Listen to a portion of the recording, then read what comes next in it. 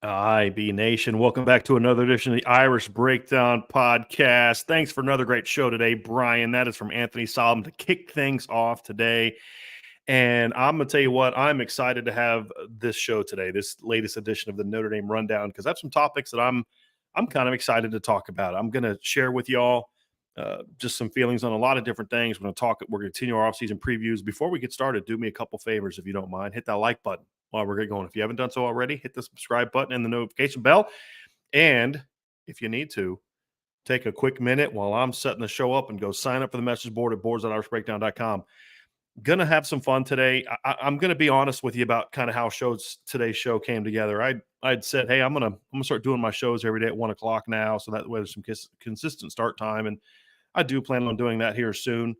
It's just with all the move stuff going on, it's just hard to have that consistent time. But I was like, I'm going to do it today. I'm going to do it today. And I'm sitting there at like 11:30, and I'm like, okay, I'm doing the running back breakdown, but I don't know what else I want to talk about today. And so I was like, yeah, I'm going to go ahead and go at 2 o'clock today. And then just a couple things hit me, and I was like, okay, let's talk about these. This is going to be fun. I was kind of mapping out the next couple weeks of shows in advance of spring ball, and I was like, yeah, that'll be a fun topic. And I was like, I want to talk about something recruiting wise, and what's an interesting topic in February. So I came up with one. So now I'm like really fired up about the show and what we're going to talk about. So today's topics, we're going to kick things off with a discussion of the running back room. We're going to talk about, as we've been doing here for a while, just an overview, what was lost, what returns, what's new. I'll ask some important questions about the running back position for 2024. I'll then dive into a conversation about, does the Notre Dame offense need stars to emerge? What do I mean by stars, and what type of stars are needed? What we know what's wanted, but what's needed if Notre Dame's going to compete for a championship. And then the final topic is, I'm going to discuss sort of the six big questions remaining for Notre Dame in the 2025 class or surrounding the 2025 class. So I'm going to get into that conversation today as well. And I think it's going to be fun, and I hope you guys have some fun. There will be no mailbag today. I'm going to stick to these three topics. If you do have a question or something that you definitely want to have addressed, you can go ahead and throw a super chat in there, or you can put a question on the board if you're a board member, and I'll get to it later. But today's topic is just going to stick to what we're going to talk about here and the topics that we're going to discuss today. And I'm looking forward to having this conversation just about all these different topics. And so I am going to have to get ready to rock and roll, but I'm just going to need just a quick second here before we get started, and then we'll dive into the running back room.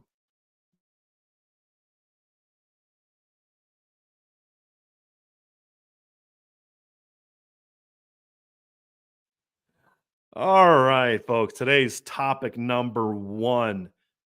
I put this one at sort of the back end of the offensive previews for a couple specific reasons. Because number one, I wanted to do some more breakdowns of kind of what was going on at Notre Dame, and with Mike Denbrock, and I'm also excited about this room and just kind of what it can be, and want to do some digging about where the room is and all that kind of stuff. And of course, that is the running back room.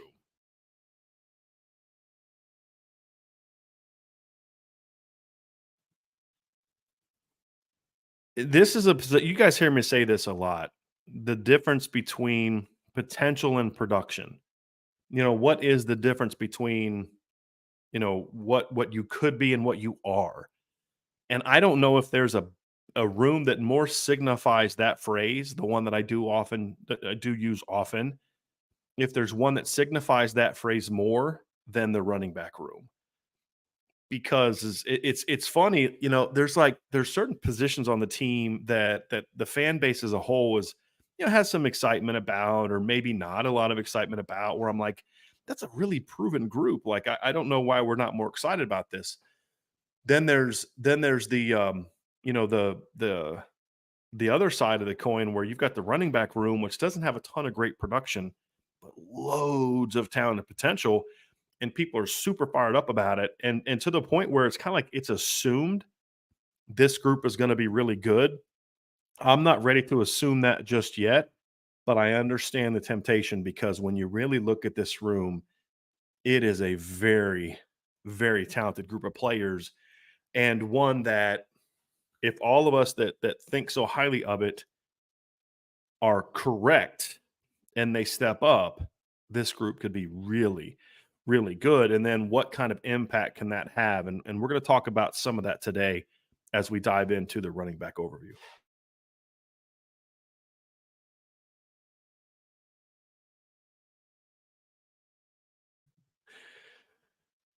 So when I look at the running back room, it's kind of interesting to have this conversation when you think about like what was lost and what returns and all these other different type of topics because it almost like I'll tell you how I feel. I'll tell you how I feel about the topic. I feel sometimes, and this is kind of silly, I'll be honest, but I feel sometimes almost like I'm disrespecting Audric Estime when I start getting excited about the running back room. I feel like, am I not paying due respect to him? And sometimes I wonder like if I was as high on Audric during the season in my expressions of his play as I should have been. And especially as I mentioned yesterday, as I go back and watch film, I'm like, I knew he was good, but man, he is even better than before than I thought he was. I mean, just really, really, really, really good. And so when I start talking about the running back room and how good it can be, it's like it almost comes across like it's still going to be so much better than it was last year, and as if it's like a shot at Audric, and I'm trying to tell myself like it's not that, so you can just be open about it, but really what it comes down to is last year Audric was outstanding, and I was so excited to see the rest of the room as well. And when the season started, we did. I mean, Jadarian Price takes his first career carry against Navy for a touchdown. I mean, Jeremiah Love has the first touchdown in Notre Dame Stadium for the 2023 season against Tennessee State. And, we're seeing Jabron make plays in the pass game early and picking up third downs with his legs. And so you're like, man, this group's going to be a lot of fun. And then as the season kind of went on, we saw a little bit less of that group. And to a degree, it's kind of understandable because of how good Audric was. But I look back at the group and I'm saying, yes, Audric was great, but I just kind of still feel like as a group, I was a little disappointed with not so much the play of the players, but more so just kind of like they didn't take advantage of the room the way that they could and should have. It's kind of more in that regard. And when you look at the game plans and the play calling and the personnel usage and all those different type of things. And then you look at this next room and you're like, man, I'm excited about this room and what it can be, but will they use it correctly?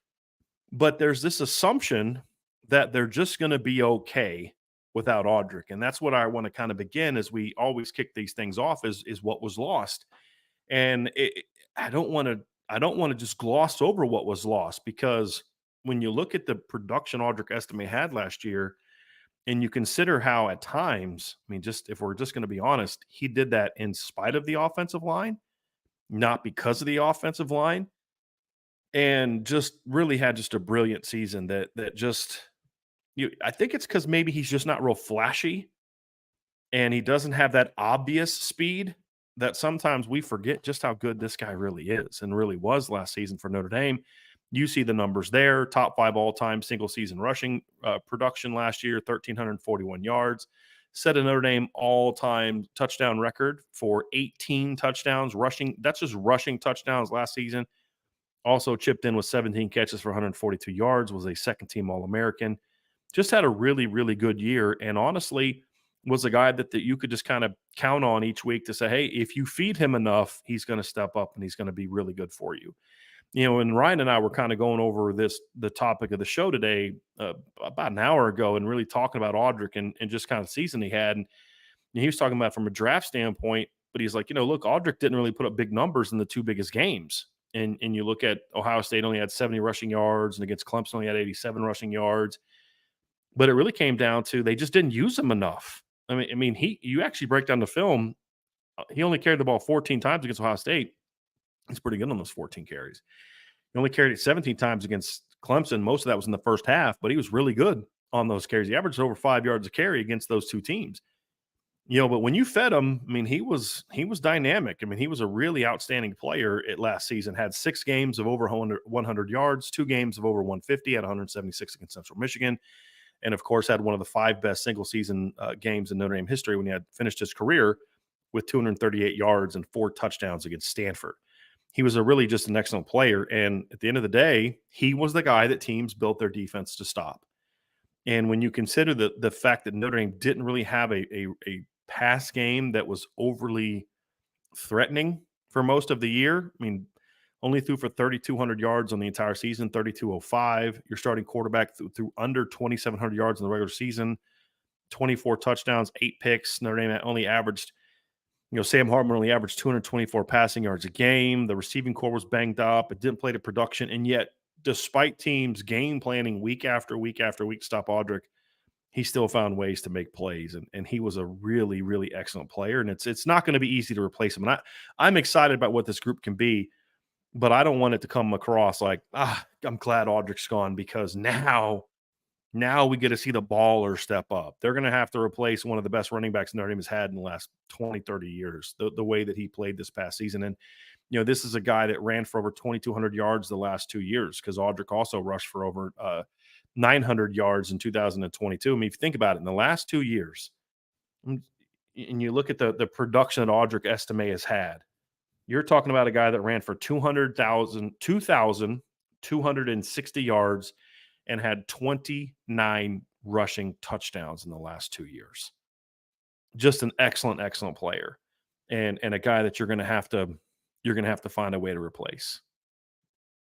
The good news for Notre Dame, and this is really where the heart of my excitement comes from. The heart of my excitement doesn't come from, I'm glad Audric's leaving and now these guys can step up, which sometimes we can kind of fall victim to, or at least sound like we're falling victim to, is you when you're a healthy program and you are a top program, you don't rebuild, you reload.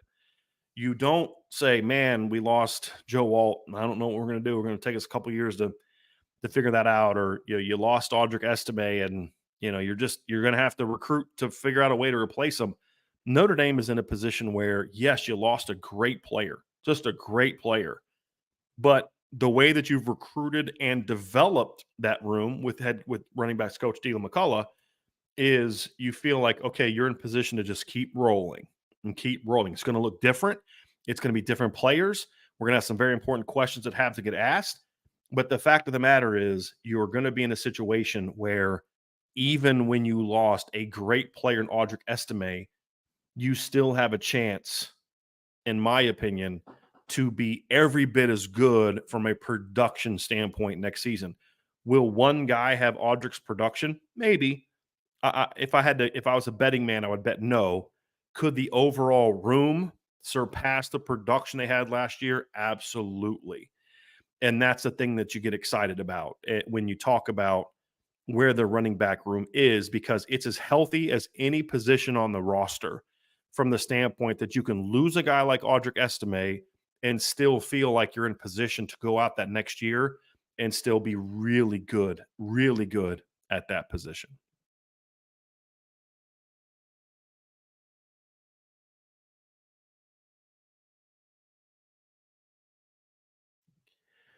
So when you talk about what returns, I basically just put these guys in order of total yards from last season. This is not a projected depth chart. This is just who comes back. And obviously you starts at the top. The name that a lot of people like to talk about, Jeremiah Love, comes back as a true freshman last year at 462 total yards. Now, this is just offensive production, by the way. This is rushing and receiving combined.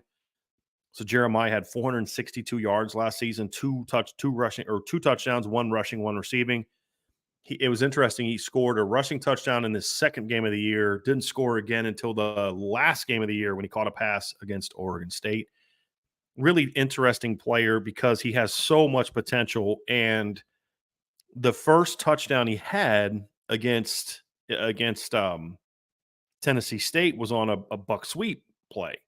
And they got him outside the numbers. He made a great read, had a nice cut, goes for a big play. In the first 2 games of the year, he has 86 yards on 9 carries in the first 2 games. And it just seemed like after that, for a lot of the season, the way that they used Jeremiah Love was just to kind of run him on like inside zone and duo all day. Now, there's nothing wrong with using Jeremiah Love on inside zone and duo. He can hit those runs because, especially And here's why. Inside zone, like, a lot of times when you think about just downhill runs, you think, big back, power back, whatever. And there's truth to that. But like to me with Jeremiah, no, you don't want to run him 20 times downhill running inside zone and duo. I think that's misusing his talent. But you can also misuse his talent by saying he's a speed guy. He's not a real big guy. He's tall, but not, kind of skinny.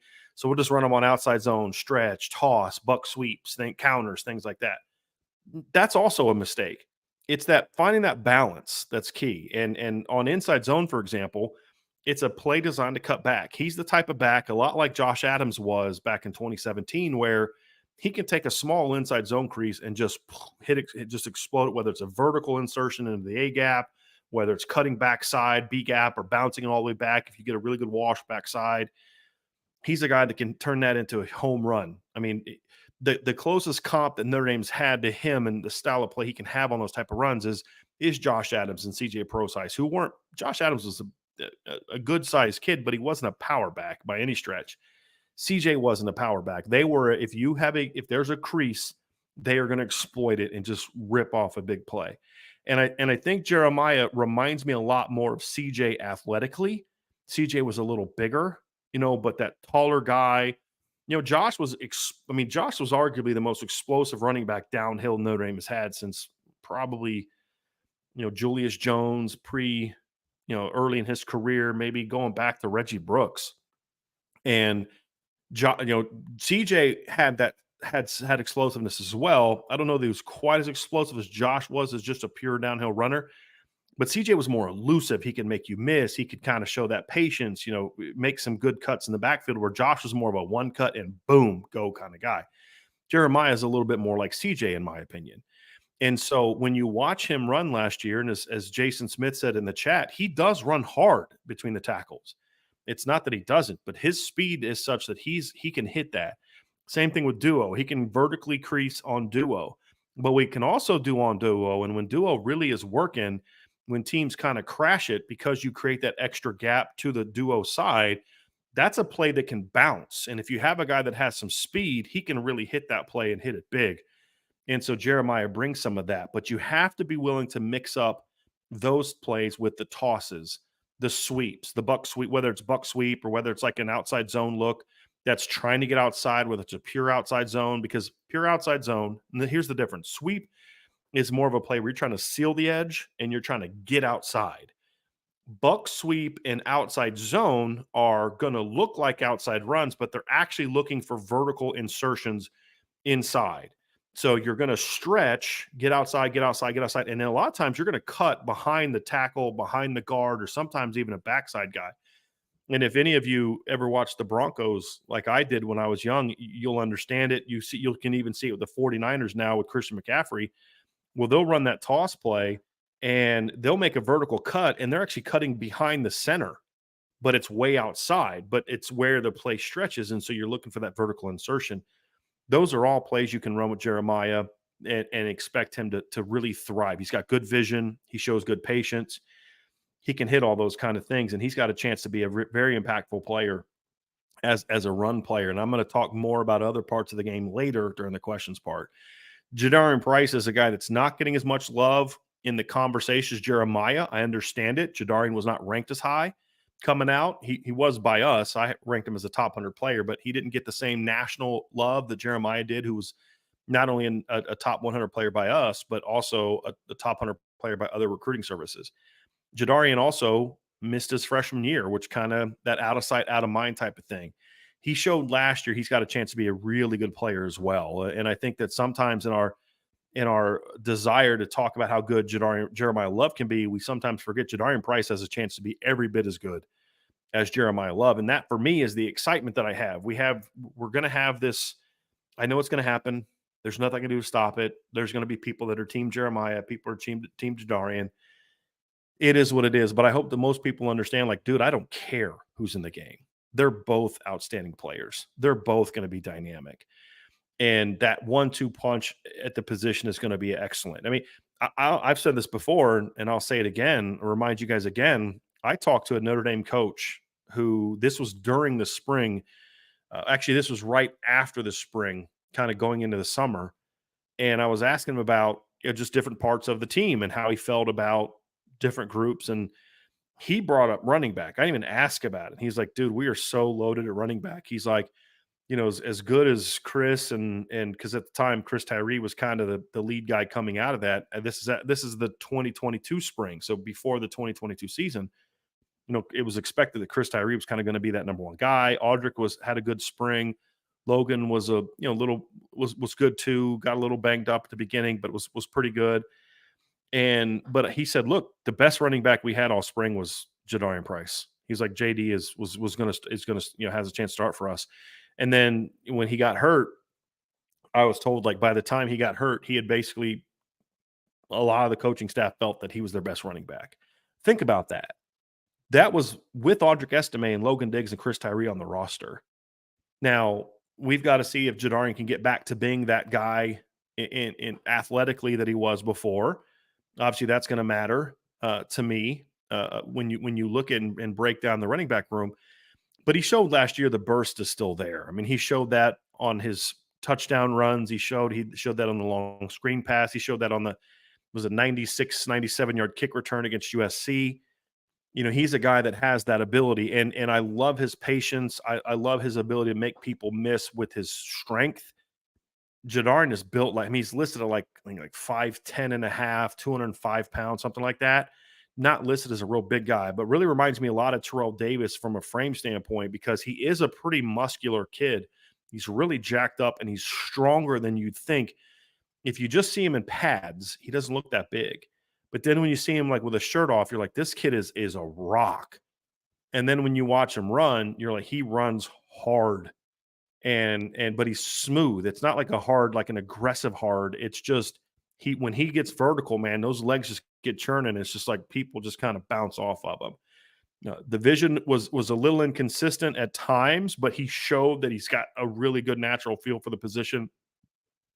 He's a guy that can do a lot of damage between the tackles, but another player, as he showed last year, that can bounce and make plays outside. I'm trying to remember who, I think it was Pitt, where he had a run where they ran, I think it was like some kind of counter, maybe it was a duo, but he bounced it outside, outran the defense, and then made a vertical cut, picked up like 15 yards. You're like, dude, that is such a good run, like a very underrated run. Jadarian has a chance to be a special back as well. And that's the exciting thing, because you look at it and you're like, Love and Price are different runners. They do things a little differently, but you can run the same plays with both of them. Now, you may do a little more with Jeremiah in certain areas than you do with Jadarian, and Jadarian may major in these runs where Jeremiah majors in these other runs, but Jeremiah still minors in the runs that Jadarian's going to major in, and Jadarian's going to minor in the runs that Jeremiah may major in. So you can't say, well, Jadarian's in the game, so we're going to be paired for only duo and inside zone. And when Jeremiah's in the game, you can't say, well, hey, everything's going to be in the perimeter, because they're not going to run this guy inside. They can do both with both of those guys. There are certain runs that maybe you're going to emphasize with one back over the other, but you're going to be able to do it all. And they complement each other really nicely, but not in a way to where you have to completely change your run game because one guy is in the game over the other. It really has a chance to be a special 1-2 backfield, because if Jeremiah Love was the lead back and got the bulk of the carries in a manner in which Audric did last season, there is not a doubt in my mind that he would have a tremendous season and lead the team in rushing and have over 1,000 yards. I mean, honestly, if he, and Ryan and I were talking about this a little bit the other day in one of the questions we had in the mailbag, if he just gets as many carries as Audric had in 2022. So last year, Audric had 210 carries. The year before, Audric had 156. And to me, if you talk about Jeremiah getting only 156 carries, I have no doubt he's going to be a 1,000-yard rusher. And then I would say the same thing about Jadarian. If you told me right now that Jadarian Price is going to have 150 carries next year, I would say, I'll bet you he gets over 1,000 yards. It was about 6.5 yards a carry. If you were to tell me that Jeremiah was going to get at least 150 carries next year, I'd say he's definitely going to be a 1,000-yard guy. Again, 6.5 yards per carry. Audric was at 6.4 last year. And so even if they only match Audric, who did things a little bit differently, but was a big play guy, That's here. Let me do the math here real quick. So 150 times 6.4. So if I hit a 4, not a 7, that's 960 yards. If you jump up to 6.5, to just point one higher, it gets them. It's 1,014 yards. So I think both of those guys would have a chance to do it. Now, can they both get it to 1,000, or can either of them get to 1,000 if they're both getting a lot of carries? We'll see. We'll see. But 2 years ago, in 2022, Audric had 156 carries, Logan had 165 carries, and Chris Tyree had 100 carries. So we've seen it before. However, that team didn't throw the ball a whole lot or very well. That team also at times had a quarterback that ran the ball, but overall didn't really run it a lot. Your quarterbacks, your two quarterbacks that season only ran the ball combined 83 times. Compare that to Riley Leonard, who will be Notre Dame's starting quarterback in 2024. And you look at the production he had 2 years ago. Riley carried the ball 124 times.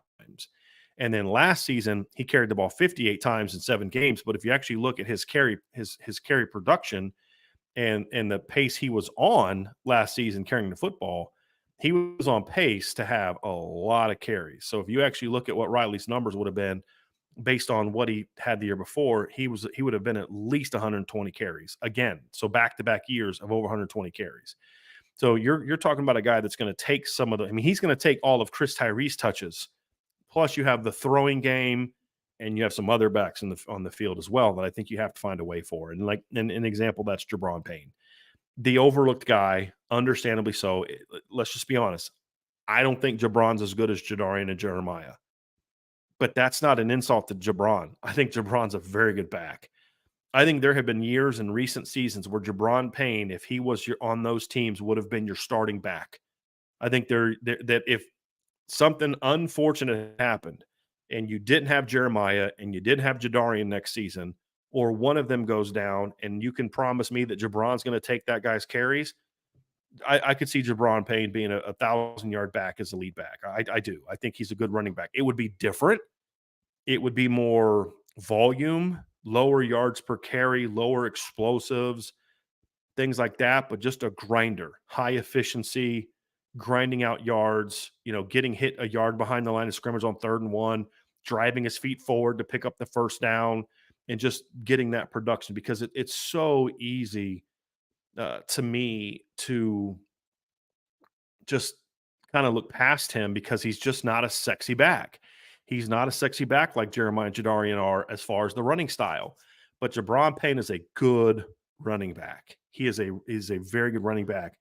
And if it got to the point where Notre Dame has to go into a game where Jabron Payne's your lead back, my confidence in Notre Dame winning that game does not diminish one bit. It's just that he finds himself in a situation where there's two guys on the roster that are as old or younger than him who are as good, if not better.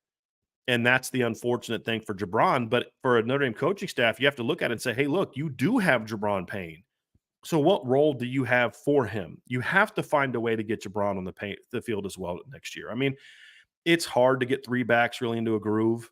It is, but they've got to find a way to do it. What's interesting is the way that Notre Dame used Chris Tyree in 2022, which frustrated the heck out of me, would be a perfect way to use Jabron Payne as that third running back. If you remember correctly, Chris started the year off getting a decent amount of carries, but after that, he didn't carry the ball a ton per game each week. He had a stretch early. We went 6-3 early, but then 17, 15, and 11. But after that, it was 8, 10, 8, 7, 2, 6, 2, 5. I could see Jabron kind of being that 6 to 8 to 10 carry per game guy, because he's your short yardage back. He's your third down back. He's your goal line back, and can do a lot of different things, because the value that he brings in those situations is he can take a pounding. He's a guy that does have a really low built, strong physical frame. He's more than willing, as he showed already, to put his head down and run through contact. He's not a real big back, but he's a strongly built back. But the other thing too about Jabron is he's a legitimate pass game weapon. I mean, think about the catch he made on the touchdown against USC early this season. You've got a pressure coming. Sam's getting pressured. He has to kind of just rip off a run, and hopefully can rip off a throw and hopefully get the ball out and have some success. Get that throw out, but uh, you know he comes out and makes his best throw he could. It's behind Jabron. Jabron just reaches up and snatches it out of the air like it was no problem. And so you start to kind of get kind of fired up about that kind of player and that kind of back and what he can bring. And then you kind of like, well, man, it's like, but you're still in a situation where he's got two other really good players. So I just think it's going to be a challenge for Notre Dame to try to find ways to get Jabron on the field. But I think they have to do it. I think he's that good of a back. I think he's a guy that you have to try to find a way to get him on the field and get him some touches and get him in the game. If they choose not to do it because the other two guys are just better, I understand that. I won't be critical of it. But when you've got this many backs, you just have to try to find a way to get them touches. And I think Jabron is good enough to be a guy that as he goes into because you got to remember about Jabron, last year was his first full year of football in a while. He played as a sophomore, was really good, averaged, I think, around 10 yards a carry in Cincinnati. Goes out as a junior, gets hurt the first game of the year, plays most of his senior year, but he was banged up. He wasn't healthy. He just wasn't himself. Comes to Notre Dame as a freshman, only carries the ball 2 times. He doesn't get a whole lot of burn, behind because it was a loaded backfield then. You had Audric, you had Logan, you had Tyree, and it just was a situation where he just wasn't a factor. So when he played this year and got the playing time he did, because he played a lot, even though he didn't get a lot of touches, he'd still played a lot of football offensively and on special teams.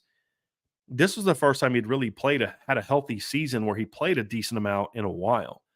The point being, I don't think we've seen the best of Jabron Payne either. I think Jabron's a back that is going to continue to get better as well. I don't think he's a finished product either. And it's a situation where I think he's going to force himself into a role. Hey, you've got to play me. And that's what good coaches do. And Dylan McCullough has shown he can do that, is that he can, if I got a deep room, I'm going to find ways to get everybody touches. He did that in 2022. He did that last year as best he could, trying to find roles for guys. And now it's up to the play caller, Mike Denbrock, to figure out how to use them all. Finally, Notre Dame also has Devin Ford coming back next year. Devin is another guy who's a good back. He just happened to come into a situation where he had a loaded backfield. And I understood why Notre Dame took Devin Ford last year, because you had Audric. After that, Jadarian was coming off of an injury. Jabron Payne had a career, that was filled with injuries in his career. You had Chris Tyree that was, moving to wide receiver, and you had the freshman and Jeremiah Love. I completely understood why they took Devin Ford. And I would imagine that Devin did not have the playing time that he would have hoped for, is my guess.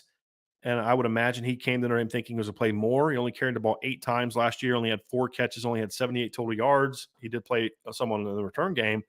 But the thing I love about Devin Ford is he just you could just see it. Everybody I've talked to about him says, hey, look, Devin came here and from day one was like, coach, whatever you need me to do, I'll do. You need me to block, you need me to catch, you need me to run, whatever you need me to do, I'll do. And this is a former top 100 recruit. And when you hear about kids like that, you're just like, that's the kind of kid you want on your team. And he's also good enough to where if push comes to shove or injuries happen or whatever the case may be, and you've got to go into a game, I'll just say it. If you got to go into a game with Jabron Payne and Devin Ford as your two top backs, and even not even counting the freshman coming behind him, there's a lot of. I mean, I don't know if there's a team on the schedule that if the O line's good enough, I don't feel pretty good about being able to beat because of what those kids bring to the table. And the crazy thing is that's your number 3 and number 4 running backs among your returners. It just speaks volumes to the amount of talent that Notre Dame has been able to accumulate in the last couple of years. And you're in a position where if one of those guys leaves, you're still in a great spot. You have great depth at running back right now. Depth of talent, which is important. You've got depth of skills, meaning you don't have 4 cookie cutter backs that can all do the same thing. You have very different backs, and you have depth now from an experience standpoint. Nobody's ever been the guy, but a lot of these guys have played legitimate snaps, important snaps, meaningful snaps. Jeremiah has a start under his belt. And in that game where he was a starter, Jadarian rushed for 100 yards. So this group is very talented and has the experience you'd hope that they would have to have that year 2 breakout where they can overcome as a group the loss of Audric Estime.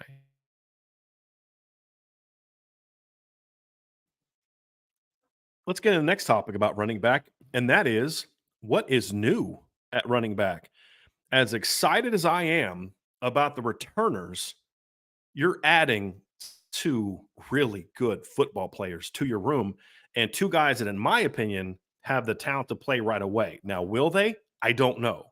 There's a lot of talent on the current roster, and I don't know if those guys are going to be able to beat the players above them out, or at least enough to play a bunch. But I'll tell you this right now, if you're a veteran running back or you're returning, I don't know if they even have really any veterans other than Devin Ford, but if you're a returning running back and you have a little minor bump or a little minor bruise, and but you're allowed to practice, and it's up to you whether you practice or not, I have some advice for you. Go to practice. Don't miss practice. Don't be that guy that says, I don't feel great today. I'm just going to take a couple reps off or whatever. No, get out there and compete, because you have two kids named Kedron Young and Aeneas Williams who are going to just wait for you to have that day where you just don't want to take in the full reps, and it gives them full opportunities, because they are talented running backs, and they're different running backs. They're great compliments. The thing we praise the Notre Dame staff for in putting this 2024 group of backs together is they got two guys that can be every down backs, but two guys that are very different in how they play the game, which makes them guys that you can play together, but also guys that you can play in a complementary manner. I'm talking about Kedron Young, who is an income. Both of these guys are also enrollees, by the way. Kedron is a true freshman from Lufkin, Texas, graded out as a top 100 player on the Irish Breakdown board, also was rated as a top 100 player by On3. So we were not alone in our love for Kedron Young. He really rose up the rankings after his commitment to Notre Dame with most people.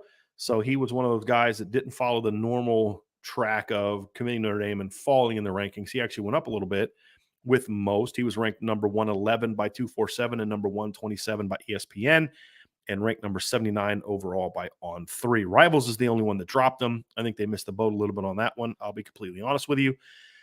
But Kedron's a very talented player, just a shade under. I think he had almost about 3,980 yards rushing in high school, so just missed the 4,000 yard mark.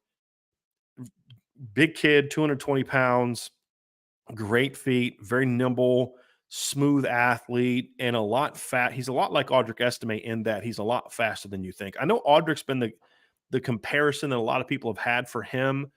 I think there are some similarities, but I think their games are different. My comp for Kedron, for those who like comps, was actually Javonte Williams from North Carolina from a couple years ago, who was a very dynamic back. He's a guy that won't look like he's going to rip off big runs, but then just rips off a bunch of big runs.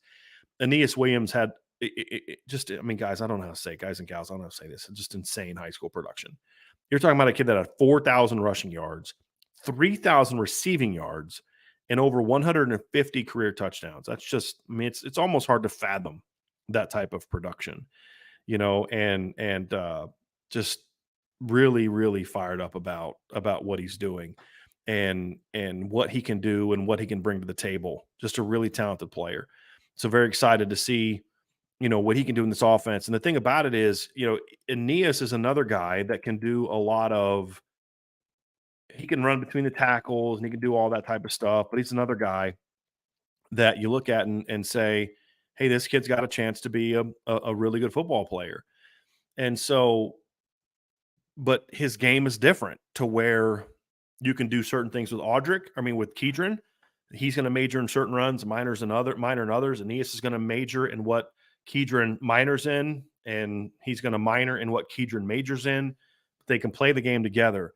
He might be the best pass game weapon at running back when you look at kind of like the pure running back stuff. I think Jeremiah brings a unique receiver element to where you can line up Jeremiah at slot or outside and run legitimate routes with him. Aeneas did that at high school.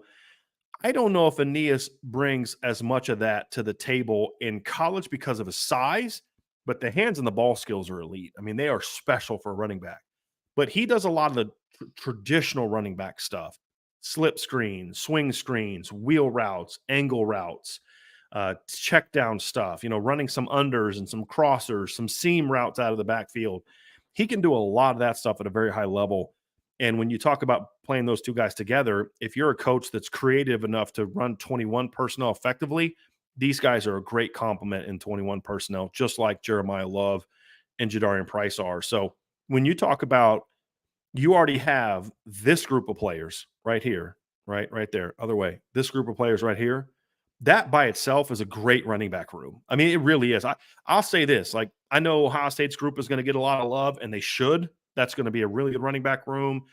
Penn State's group is going to get a lot of love, and they should. That's a very talented running back room. There's, I think, Alabama's up and coming running back room with Justice Haynes and Richard Young and the guys they have coming back has a chance to be a really outstanding running back room. There's a lot of really good running back rooms. Texas has those two young kids that are emerging, Dylan Baxter or Cedric Baxter, excuse me, Jadon Blue. They've got some incoming players that are really talented. I mean, a lot of great running back rooms. A lot of great running back rooms. However, you know, I'll put Notre Dame's talent up against any of them. They may not have the production that some of those guys have, but to me, it's a room that talent wise I'll stack up against anybody. I think it has a chance because you've got this four right here, just alone. That one right there alone can be that. But when you add these two kids into it, goodness gracious, this is a loaded running back room. So it's easy to get excited about what this group can be. I'm excited about what this group can be. But if we're being honest and objective, there's still a lot of questions that we're going to have to learn about this room. And here are the 5 biggest questions for me when looking at the running back room. And we kind of do this with every show. We talk about, what are the question marks that you have at the position? And when you have a group that has this kind of talent, sometimes you can ignore the questions because you're just, it's talent, it's talent, it's talent. But there are some legitimate questions that we have to ask. And not all questions are negative. A lot of these are just the unknowns about what it's going to look like. And so that's what this conversation to me is going to be about, is just what is it going to look like? And number one, and this is more of an unknown than it is anything else, is what will the running back, what will the adjustment into the, Notre Dame Mike Denbrock offense look like for the running backs? And this is an interesting one because if you just look at what Mike Denbrock did at LSU, and if you just look at what Mike Denbrock did at Cincinnati, you're going to say, well, I really don't know how this is going to look. I don't know how this room is going to be, because when you look at the production they had, I mean, they were exclusively 11 personnel. I can't remember, but a couple snaps we had 2 backs on the field at the same time.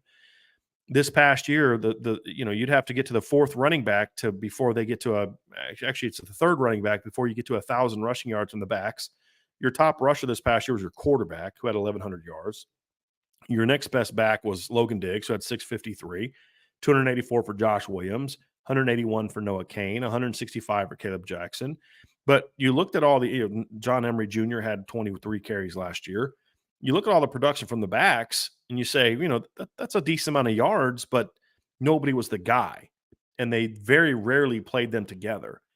And when you look at the production in other areas, I mean, your top 2 backs had 22 catches. Your bottom backs had, 10. You're talking about 32 catches. That's a decent amount of production at receiver, but it was all check downs, swing routes, those things along those lines. That's how they used it. And when you look at Cincinnati, it was a similar situation at Cincinnati where it was primarily one back that got the majority of the touches. You look at their last year at Cincinnati, 2021, Jerome Ford had 1,320 rushing yards, 215 carries, 19 rushing touchdowns. Your next back, Ryan Montgomery, had 46 carries for 112 yards. Your next back only had 190 yards. Your next back had 153. And 2020, you had a little bit more of a split roll, but neither back had more than 600, had up to 700 yards. So you're like, we haven't seen that from Mike Denbrock. Now, the closest thing he had to that was the Notre Dame running back room back in 2015. If you're just looking at production, and I'll get into the context here in a second. That year, CJ Prosise rushed for 1,029 yards. Josh Adams, your number 2 back, had 838 yards and 6 touchdowns. CJ had 11 touchdowns. Your next closest back only had 21 carries. And then your quarterback had 520 rushing yards. Malik had 103. So you had 623 rushing yards from your quarterbacks. So you had a really nice 1-2 punch. But if you remember how that year played out, however, you didn't see a lot of Josh and CJ playing together. You saw Torian get hurt in the first game. Josh comes in and plays, has 2 touchdowns in the game on 5 carries. Only has 5 carries total the next 2 games. Just came in, carried the ball a couple times, and came off the field. Had over 100 yards against UMass against their backups. Hardly played at all. Didn't play much against Clemson. Played a little bit of mop-up duty against Navy. Comes in against USC. Carries the ball one time in the first half. Rips off a 26-yard run. We don't see him again. He doesn't play. He doesn't carry the ball at all against Temple. Then all of a sudden, Josh goes for 147 against Pitt, 141 against Wake, 39 against BC, 168 against Stanford, 78 against Ohio State. Like, oh, great. That's great. Well, the problem was that coincided with when CJ got hurt. Because CJ was the lead back. CJ got hurt against Pitt, if you remember, after 5 carries. Didn't play against Wake. Came back against BC. That was Josh's lowest yardage total of the end of the season. Didn't play against Stanford. Tried to play against Ohio State. Got hurt again early and wasn't able to do anything. So we didn't see, even then, although the production had great 1-2 punch, we didn't see Mike Denbrock use 2 backs together. So that context has to be considered. How will Mike Denbrock use multiple backs? Will it just be in a rotation, one guy at a time? Will he have one feature back and then everybody else complements? We don't know the answers to that. Can Mike Denbrock use 2 backs at a time? Well, we have no evidence that that's ever been a part of what he's done offensively. Having said that, it would not shock me if we do, and here's why I say that. Mike Denbrock's never had a 1-2 punch at running back like he has now. Now, I'm not saying this is the most talented running back room he's ever had. I'm not saying that. I'm simply saying when you look at Mike Denbrock's offense, he's never had 2 guys that complement each other the way that they do in as far as the pass game. He hasn't had a running back like Jeremiah Love that can be that line up in the slot and give you the same looks out of 11 personnel in a lot of your pass concepts that, same looks out of 21 personnel, 2 backs, 1 tight, 2 receivers, as you do out of 11 personnel, 1 back, 1 tight, 3 receivers. And so that's a whole different element in the throwing game when you've got a guy like Jeremiah, but you also have 2 home run hitters that are not freshmen. Now, the other thing, Josh was a straight ahead, 1 cut and go vertical home run hitter as a freshman. There was no way to really complement that with CJ Prosise in the same way. You could have used CJ that way, but CJ was your lead back at the time. And so it's a little bit more challenging to do it that way. And then honestly, I don't think that was necessarily 100% Mike Denbrock's call if he wanted to do more of that. Now, however, this is 100% Mike Denbrock's call. And we have to ask ourselves, has he shown enough creativity and versatility to adjust to his personnel this way? And my answer would be yes. And my evidence of that does not come from what he has done at any point in time with running backs. It's what he's done with tight ends. Mike Denbrock has rarely had 2 tight ends that were good enough to play a bunch together, if we're going to be honest about it. If you look at this past season with LSU, for those who don't know, I'm breaking down the 9 games they played against Power 5 teams this year. So it'd be the 8 conference games plus Florida State. And I'm going through it. And I mean, I'm charting everything. Hash, personnel, is it 3x1, 2x2, 4x1, 4x0, whatever. The backfield, the back alignment, the motion, the play, direction of the play, dropped sequence, what the results are, all that stuff. I'm going to have a ton of breakdowns, statistical breakdowns, film breakdowns. It's all going to be for the message board only. But as I'm going through it, it's like there's one thing that's just not going to be a very fun chart to discuss, and that is the personnel groupings, because they are 90+% 11 personnel. Like 90. I haven't done the math, but I'd be willing to bet in non-goal line situations, they're over 95% 11 personnel. I'd be willing to bet that. And when you look at the play of the tight ends last year, Mason Taylor had 676 snaps. Mac Markway was the next closest at 160. He played 60 snaps. 60 of those snaps came against early in the season against Mississippi State. Well, I believe that was a game where Mason Taylor was injured, so he didn't play that game. The other game he played a bunch of snaps was against Army, a team that they blew out. I think it was by almost 50 points, something crazy, like over 50 points. It's like, I think it was like 62-7 or something crazy like that, like in the same blowout. So he played a lot of snaps then.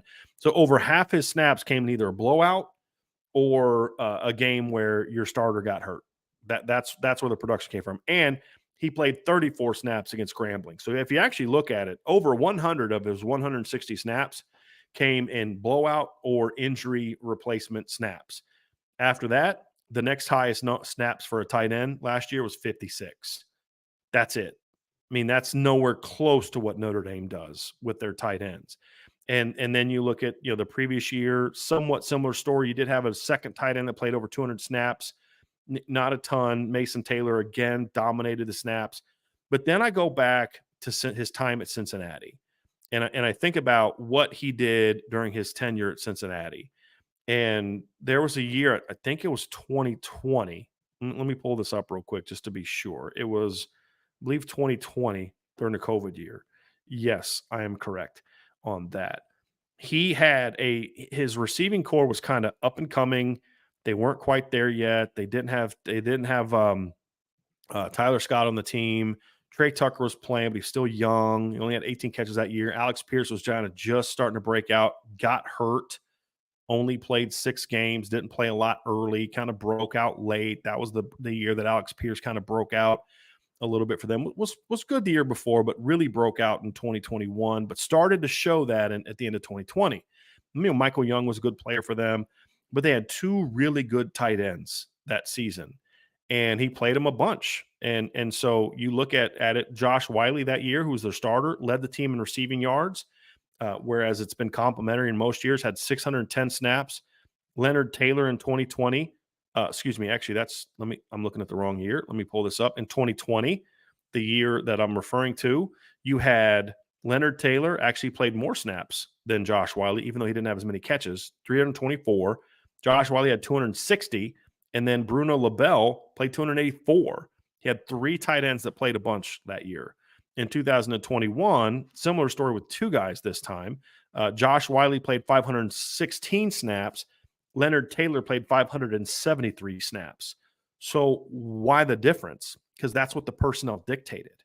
He had 2 outstanding tight ends, 3 good starters at receiver that year, and a good backup in Michael Young, but not a lot behind that. And you had two tight ends that could block and make plays in the pass game. So you saw Mike Denbrock adjust his offense to focus on the tight ends more, the position he coached. Then he goes to LSU. He doesn't have the same depth at tight end, and they're very deep at wide receiver, and they become more of a wide receiver dominant offense. And so what we have seen Mike Denbrock, if the personnel dictates it, is willing to adjust what we see primarily from him to fit the personnel. I have a great deal of respect for Mike Denbrock. You guys have heard me praise him for years. I mean, as long as I've been doing the Irish Breakdown show, whenever we talk about Mike Denbrock, I have great things to say about him. I just have a hard time believing that a guy like Mike Denbrock, who's coached all the positions he has in his career, is going to look at this offense and say, yeah, 1 back at a time all the time. I just have a hard time with that. And so I do think we're going to see more of an adjustment to fit the running back personnel. That's a prediction. That's not a statement of fact. I haven't been told that. I don't know that. I just am looking at Mike Denbrock's track record and saying, this is the guy that understands the importance of using his personnel. And I know there's a lot of excitement at Notre Dame about the talent that they have at running back. Not just Love, not just Price, not just Love and Bryce, but Love, Price, Payne, Ford, Young, Williams, the whole group. And I just have a hard time believing that Mike Denbrock's going to look at that group and say, I don't need to use more than 1 or 2 guys. I have a hard time with it.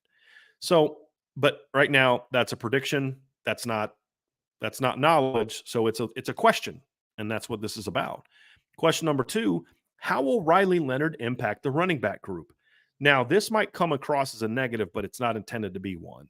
It is a legitimate question that could maybe take some touches away from them, but maybe not. I mean, that's the thing is, like, when you have a guy like Riley Leonard, who 2 years ago in his 1 full season as a starter had 699 rushing yards and 13 rushing touchdowns, dynamic runner. And that was not all scrambles. He's a guy that will run read zone. He'll run QB power. He'll run QB outside zone. He'll tuck it and run, obviously, of course, when he drops back and throws as well. They'll do, we saw LSU had some plays this past couple of years where they would run an RPO look out of empty where they would run pass concepts to both sides, and then they'd run quarterback draw with the offensive line. If the defense bails out of the box, he then steps up and will run the draw. Well, that's something obviously you continue with Riley Leonard as well. So there is a chance that with a quarterback like Riley Leonard and Mike Denbrock's penchant for wanting to also throw the football a decent amount, that you're just not going to see the type of carry numbers on top of clock rules that you saw 2 years ago. So there is a chance that the run game touches may be a little less than you expect. But then there's the counter. How does it impact the running back room? When you have a quarterback like Riley Leonard that teams have to focus so much attention on, when you have one of the best tight ends in college football coming back, and you have a decent talent receiver, teams can't just focus on one group the way that they did in 2023 at times. So even though Riley Leonard may take some touches away, especially in the bigger games from the running back room, at least in the run game, you also have to think about the idea of having a player that teams have to focus so much on, then creates more opportunities for the running back room to rip off big plays. And I broke this down. If you haven't seen it, you can go look through our old YouTube channel stuff. I did a breakdown of, I basically broke down what RPOs were. And they were part of the RPO package I had with Notre Dame back then was they would run read zone with a quarterback, inside zone read option. And there was a play on there where it was against USC in 2017. They ran inside zone to the left. So running left, cut back right. Alex Bars makes this great block, takes inside arm, outside arm, throws the defensive lineman into the A gap because he was trying to free up the B gap. Josh Adams reads it perfectly, vertical insertion, boom, 80-yard touchdown.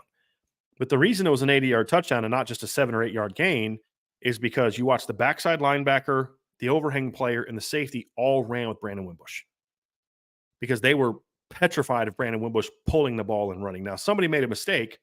That clearly, they didn't intend for 3 guys to run with Brandon Wimbush, but that's the impact that a quarterback that can have because he can get you thinking about him even when he's not technically your guy.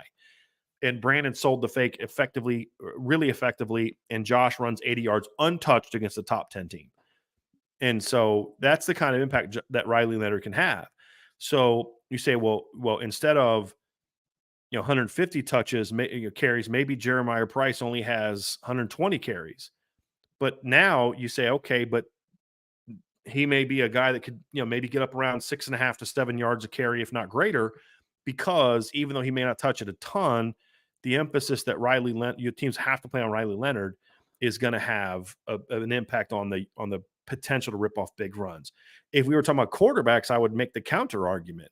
How will the impact of the talent at running back? What will the impact be of the talent at running back room on Riley Leonard? And what I mean by that is you don't have to carry Riley Leonard doesn't have to carry the ball as much as he did at Duke. That's the reality, right? He doesn't have to do it as much. You don't have to have him carry the ball 120 times. Maybe only carries it 80. Overall, you're still going to scramble.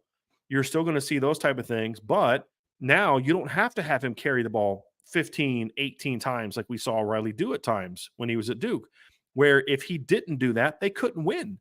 I mean, Notre Dame can beat a lot of teams on their schedule. I'd say at least 9, where Riley Leonard doesn't have one designed run for him, not one. I could absolutely see that, where he doesn't need to have 18 carries like he had against Notre Dame, or 13 like he had against Northwestern, or 14 like he had against North Carolina last year, or 14 like he had against Miami, or 13 like he had against BC. He doesn't need to do all that. There will be games, however, where he might need to do that. But now with the running back room, you don't have to do that. And so that takes some of the burden off of Riley as well.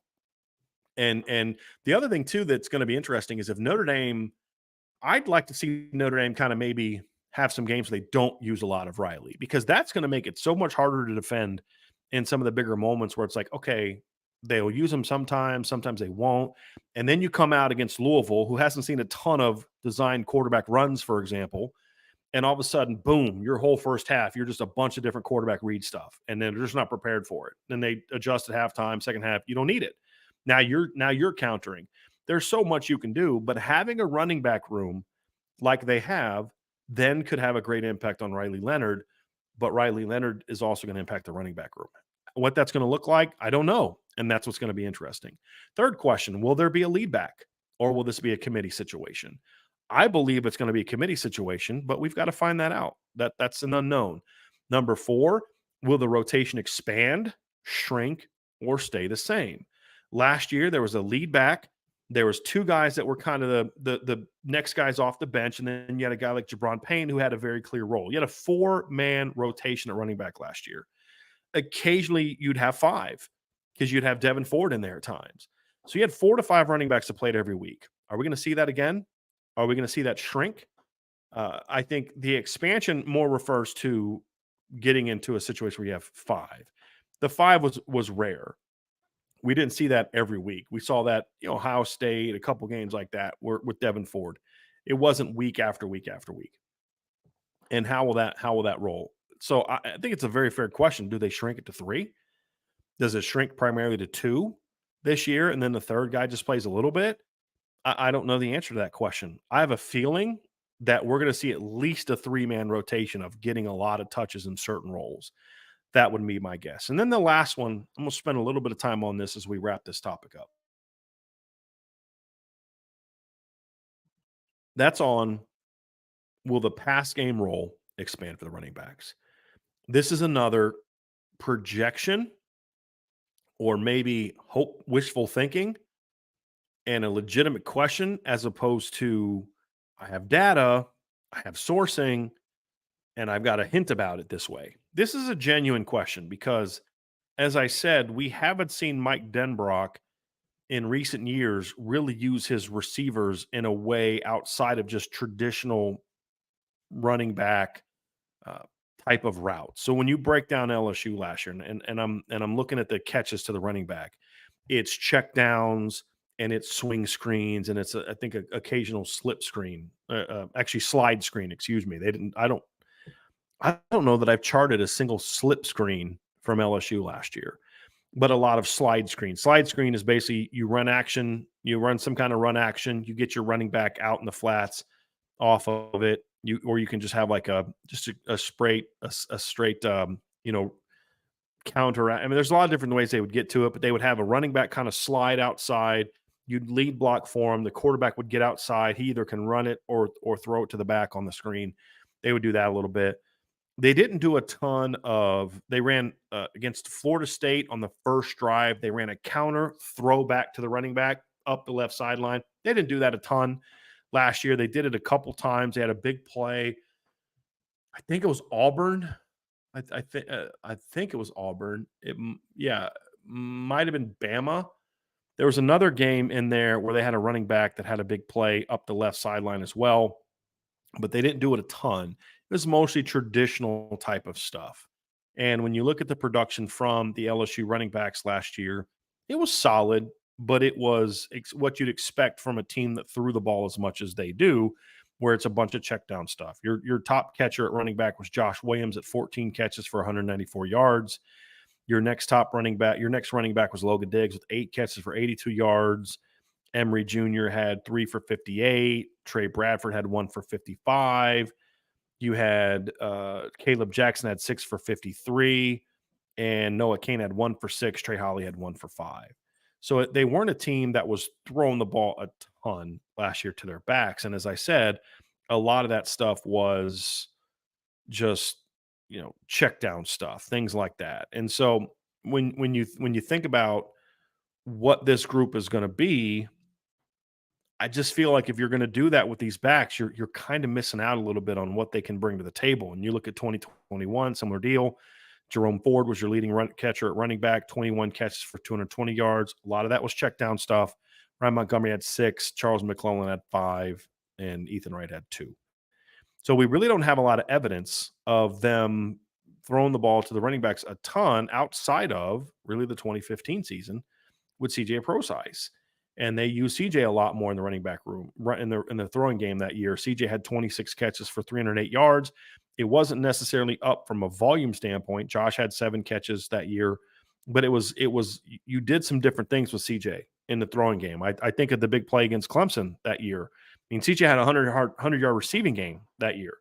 And if you remember, one of the plays that kind of got Notre Dame rolling in that game when they were struggling early was the offense was really having a tough time moving the ball. They were really focused on shutting down the run game that season. Clemson gets up to a big lead. If you remember, Notre Dame turned it over. You had the shanked punt, right? So Clemson goes down and scores on their first drive. You have the shanked punt. They gave them a short field. It's 14-0 before you can blink. Notre Dame kicks field goal late, 14-3. Third quarter, you have a turnover. You have a turnover that leads to a touchdown. You have another turnover that almost led to another touchdown if Cole Luke doesn't pick it off. I mean, you're just getting your butt kicked. Early in the fourth quarter, Mike Denbrock calls a wheel route. I think there was a play act. No, it wasn't a play action pass. It was they kind of looked away. They have a wheel route up the right sideline. Deshaun Kaiser hits CJ Prosise 56-yard touchdown, big play. And CJ ended up having 4 catches that game. He had 4 for 56 the next week, 5 for 32 against USC.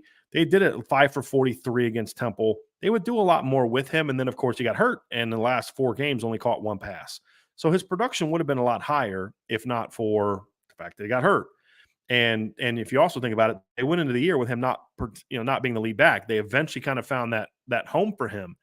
That's really the only example we have of a running back under Mike Denbrock being used that way. But that's a great example to me because when I kind of look at just the example everyone that you talk about with him, he only had one back like Jeremiah, and that was CJ Prosise. Well, what did he do when he had that one back?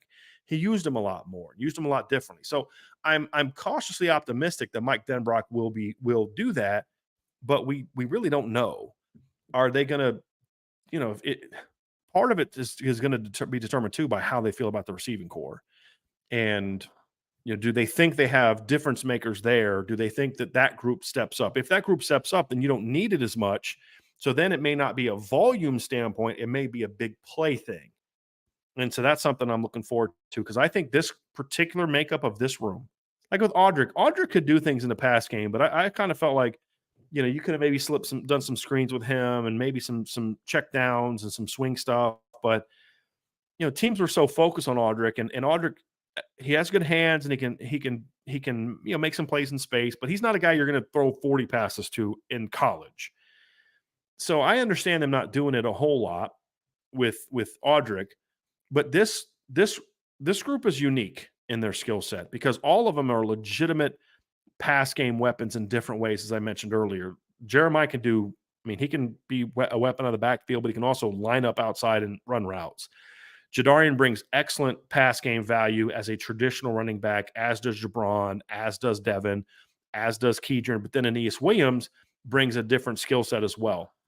So there's a lot of talent and potential, in my opinion, in the running back room for the pass game. And so I want to find out if Mike Denbrock will or won't use it. And that's going to be a big question. So those are the questions that I have about the running back room.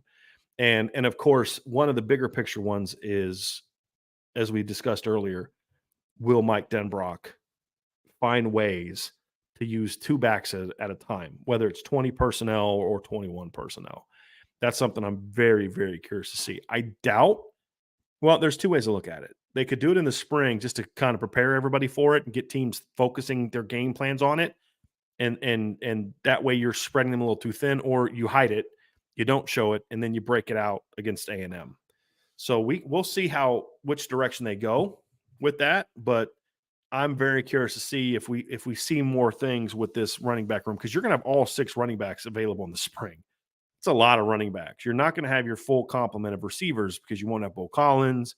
Jordan Faison's going to be in and out because of lacrosse. You're not going to have Logan Saldate because he's not an early enrollee.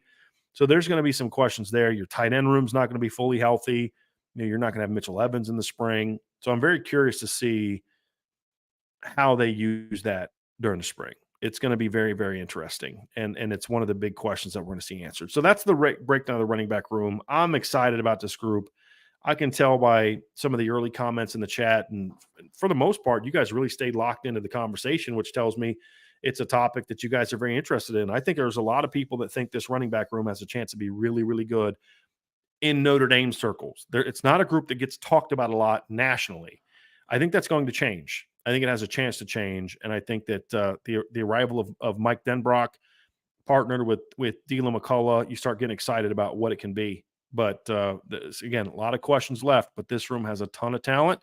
And if there was one position group that I could say I am the most confident in really being impactful for Notre Dame this season on offense, it would be the running backs, because I believe that talent trumps experience at running back more than it does at any other position. And I've said that for a while, and I think that's going to be proven true for the Notre Dame running backs in 2024. So I'm going to move on to the next topic here in a second. But before I do, folks, hope you enjoyed this portion of the show. I want to, because the second portion kind of ties a little bit into this one. But I want to thank you for being with me on this part of the show. Before we transition to topic number 2, do me a favor, hit that like button, hit the subscribe button, hit the notification bell, share this podcast. I'm going to take a little quick 20-second break to before we transition to the next show. That is enough time for you to quickly go to boards.irishbreakdown.com, click on the sign-ups link, login, sign-in link, and sign up for a membership. You'll be back. You'll be able to get that done and be back at boards.irishbreakdown.com before I'm back from this little quick break, before we dive into the next topic, which is going to be, does Notre Dame need stars on offense? And if it does, do they have any players that can be that? And who? And that's going to be the next topic on the Irish Breakdown podcast.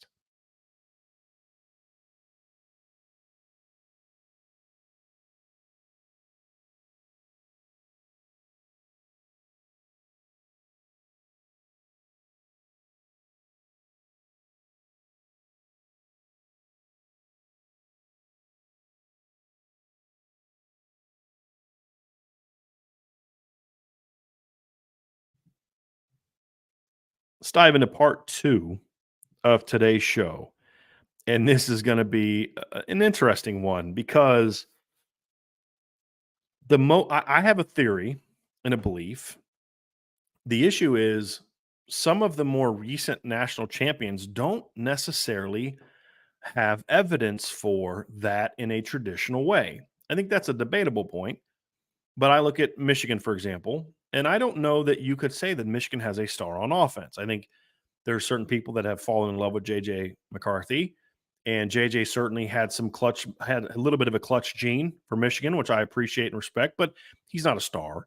Blake Corum was not a star for Michigan this year in an individual sense. You could say maybe their offensive line was a star group, and that's definitely possible, but I don't know that this leader's line was that. I think you can make that case for 2022. I think you can make that case for 2021, but not this year's group. And then you look at Georgia. When they won the title in 2022, I think they definitely had a star. That was Brock Bowers. But did they really have a star in 2021? Was Brock Bowers that kind of guy? He was certainly productive, but was he a star yet? I think a lot of people would argue that by the end of the year he was.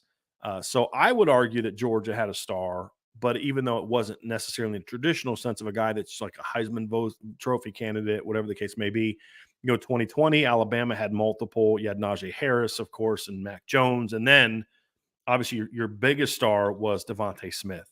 2019 LSU had 3 stars, in my opinion. Joe Burrow. You also had Jordan Jefferson and Jamar Chase. 2018, you certainly had stars. You had Travis Etienne. You had T. Higgins. You had Justin Ross. You had Trevor Lawrence. 2017 Alabama, you could argue, didn't necessarily have any like singular star on that team. I think that's a debatable point. Calvin Ridley was really good. You obviously at running back, you had Damian Harris, who was 1,000 running back. I wouldn't call him a star. You had, quarterback Jalen Hurts, Tua Tagovailoa as a combo were pretty good. I wouldn't call them stars, but you had some very good groups. But again, those are anomalies. 2016, Deshaun Watson clearly was a star. 2015, Alabama had Derrick Henry. He was clearly a star. I mean, he was a special player. Plus, you also had Calvin Ridley, who was a 1,000-yard receiver that year. And 2014, Ohio State had Ezekiel Elliott. I mean, you go 2013, Jameis Winston. 2012, Alabama had multiples on that team. 2011, Bama had stars. I mean, you go 2010, Cam Newton. So you go through the years, teams that are winning titles are teams that have stars. And teams that could beat those teams tended to have stars. I mean, what does the Ohio State Georgia game look like in 2022 if Ohio State doesn't have Marvin Harrison Jr. and CJ Stroud? And what did it look like when one of those stars got knocked out of the game. CJ couldn't do it all by himself. So when you ask yourself, does Notre Dame need stars? I think the answer is clearly yes, they do. They don't have any right now in offense. And so then my next part of the question is, okay, well, what is a star? What makes a star? I'm arguing more for how a star player impacts the team on the field, and not so much talking about who is a star from a perception media talking point aspect. So I don't care about whether you have a Heisman Trophy finalist or a Doak Walker Award winner or whatever the case may be. I don't care about that. I'm talking about a guy that is a star in how he performs. So what does that mean? It's a guy that produces. He's a guy that impacts the game in a way that other teams have to game plan for him in a major way. He has to be a focal point. He's a guy that is, to me, a star is also someone who has to be a clutch player. A star is someone who has to be a money player. So if you're putting up big numbers, but you're doing it because you're dominating against the two FCS teams on your opponent's schedule, or in Notre Dame's case, you put up, massive, like a running back at Notre Dame could have 400 yards rushing in 2 games against Northern Illinois and against who's Miami of Ohio, right? But you end up with 1,200 yards. That means in the other 10 games, you didn't even get to 100 yards per game. You're not a star. You had great production, but you're not a star. Can you be a star? Yes, the production has to be there, but you have to have impactful production. There's a lot of hollow production in today's game. There's a lot of guys that catch 100 balls in the NFL, and you watch them play, and you're like, that's just a volume guy. He's not actually impacting the game. He's just catching check downs and crossers, and he had 6 catches in a game in the no cover zone, right? And he averaged 8 yards a catch on those plays. So it's not so much about production alone. It's got to be impactful for production that forces teams to account for you and what they do. It has to include being a clutch player. It has to be accused. It has to be also a guy that is a money player. Clutch and money, to me, in this instance, are 2 different things. Clutch is more situational. Are you good in third down? Are you good in the fourth quarter? Are you good when your team comes behind? You can rally the troops. That's clutch. Money player in this instance for me is more big game, right? So are you a money player? Does that mean you step up against the best teams in your schedule? Do you step up in the postseason? Do you step up in those type of moments when the lights are brightest? Are you at your best? I think those are all aspects of to me, what makes a star player. And so, you think about Ezekiel Elliott, right, in 2014. And I'd argue that the best game Ezekiel Elliott had all year was the playoff game against Alabama. I mean, sometimes we forget. I'm trying to remember. Let me pull this up here real quick, and so I can look at the box score. I think it was like 20-3 when Alabama turned the ball over. I'm pretty sure Ohio State fell behind 20-6, maybe. Yeah, Ohio State fell behind 21-6. And if I remember correctly, Bama was driving. I'm pulling up the play-by-play now because I like to be accurate. Like you said, I got the score wrong. I thought it was 23. It was 21-6. Alabama's driving, and it's 14-6. Where was that play? I'm trying to find that play. But basically, Alabama had a shot to really put the game away and couldn't take advantage of it. And then Ohio State just comes roaring back. They're down 21-6. No, it was Ohio State that threw the interception. Bama scores to make it 21-6, and it looks like they're about to get blown out. And Ohio State goes right down the field on the next drive, 12 plays, 71 yards, and they score a touchdown. And Ezekiel Elliott, from that point on, basically put that team on his shoulders offensively and just destroyed Alabama. Had 230 rushing yards on 20 carries in that game and another catch for 13 yards. I mean, he was just unstoppable in that game. And so, to me, yes, Ezekiel was a great player that year. I mean, the production was outstanding. He finished that year with 1,800 yards and 18 touchdowns, and he was a heck of a player. But his best games were in the postseason. Think about this. Ezekiel Elliott, in the regular season, had 6 games with over 100 yards. Only half his games got him to over 100 yards. But here, his highest rushing attempt of this, highest rushing total of the season that year was 154 yards. He did that on the road against number 5 Michigan State. 3 weeks later, 3 games later, I should say, they're playing Michigan. And this is they got to win this game to have a chance to play in the Big Ten title game and have a chance to go to the playoff. They're still not in yet. He goes for 121 yards and 2 touchdowns against Michigan in a 2-touchdown game. So three best performances. Had 182 yards against Cincinnati that wasn't that good. 139 against Maryland. 107 against Indiana. He had 109 against Penn State, who was not very good that year. They were a 7-6 team. So again, I mean, a good season. There's no doubt, a good season. He had 1,000 yards going into the postseason. But once he got to the postseason, you saw a dude that was phenomenal. So end of the regular season, over 1,000 yards. He's got 10 touchdowns. Very good season. Big Ten title game against Wisconsin. Number 13, Wisconsin. Ezekiel Elliott goes for 220 yards on 20 carries, 2 touchdowns. Semifinal game against Bama. 230 yards on 20 carries, 2 touchdowns. And I'll see my 220 and raise you 246 in the title game against Oregon on 36 carries. 4 touchdowns in the national title game. That is a dude that said when the lights were brightest, when the games were the biggest, he was at his best. And it was the same thing the next year. I mean, you have that disappointing game against against Michigan State end of the year. You lose, you get knocked out of the playoff. There's all this controversy. He actually was having a brilliant season up to that point in time. And he claps back at the coaches a little bit. They should have got me the ball more. Urban Meyer was like, yeah, you're right. We should have. Next 2 games, they go on the road and play Michigan. He carries the ball 30 times for 214 yards and 2 touchdowns. Goes into the Fiesta Bowl against Notre Dame, has 149 yards on 27 carries and 4 touchdowns. So he talks about, I should get the ball more. I should get the ball more. They give him the ball more, and he goes off and handles business. So, again, that's the difference between a guy that produces and a guy that's money, right? You can rush for a bunch of yards and not be a money player. But Ezekiel Elliott was at his best in the biggest moments. And to me, that's what I'm talking about when I talk about a star. A guy that really comes out and is that kind of big money game, big moment player. Think about this. In his career, he played against Michigan twice. He played in the Big Ten championship once, and he played in 3 postseason games. That's 6 games that you would consider the biggest games he played in. In those games, he rushed for 220, 230, 246, 214, 149, and 121. His lowest performance in those 6 big games was 121 yards against Michigan in 2014 in a game he had 2 touchdowns rushing and only carried the ball 17 times. So he went for 7.1 yards per carry.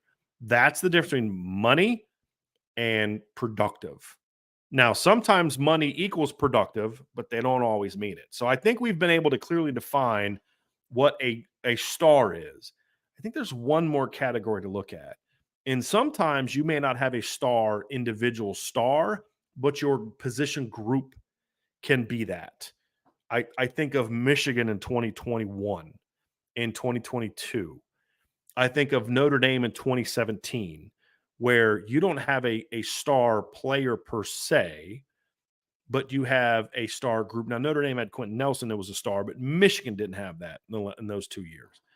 So you could have a receiving core that maybe doesn't have one individual star, or a running back room that doesn't have one individual star, but as a group is highly productive, steps up in the big games, so they're money, and they're clutch. So I think you need at least one of those 2 things to truly be a championship football team. And I think of, yes, Georgia had Brock Bowers. When you go look at them in the postseason of 21 and 22, there was a different member of the receiving corps every game that stepped up and had a big game. And I think that's important as well. So I think that Notre Dame needs stars if they're going to compete for championship, just because the evidence shows that most of the title teams had that. The question then falls down to, does Notre Dame have a star player or 2 or 3 who right now? The answer is no, they don't. Do they have potential for those guys to be there? That's what we're going to spend our time on. And do they have any position groups that could be that? And that's what we're going to talk about today. So we talked about, what makes a star, whether it be an individual or player group. Who could those players be? And what kind of impact can they provide for Notre Dame as we talk about what this team can be and what the expectations are, which is a team that goes out and competes for national championship?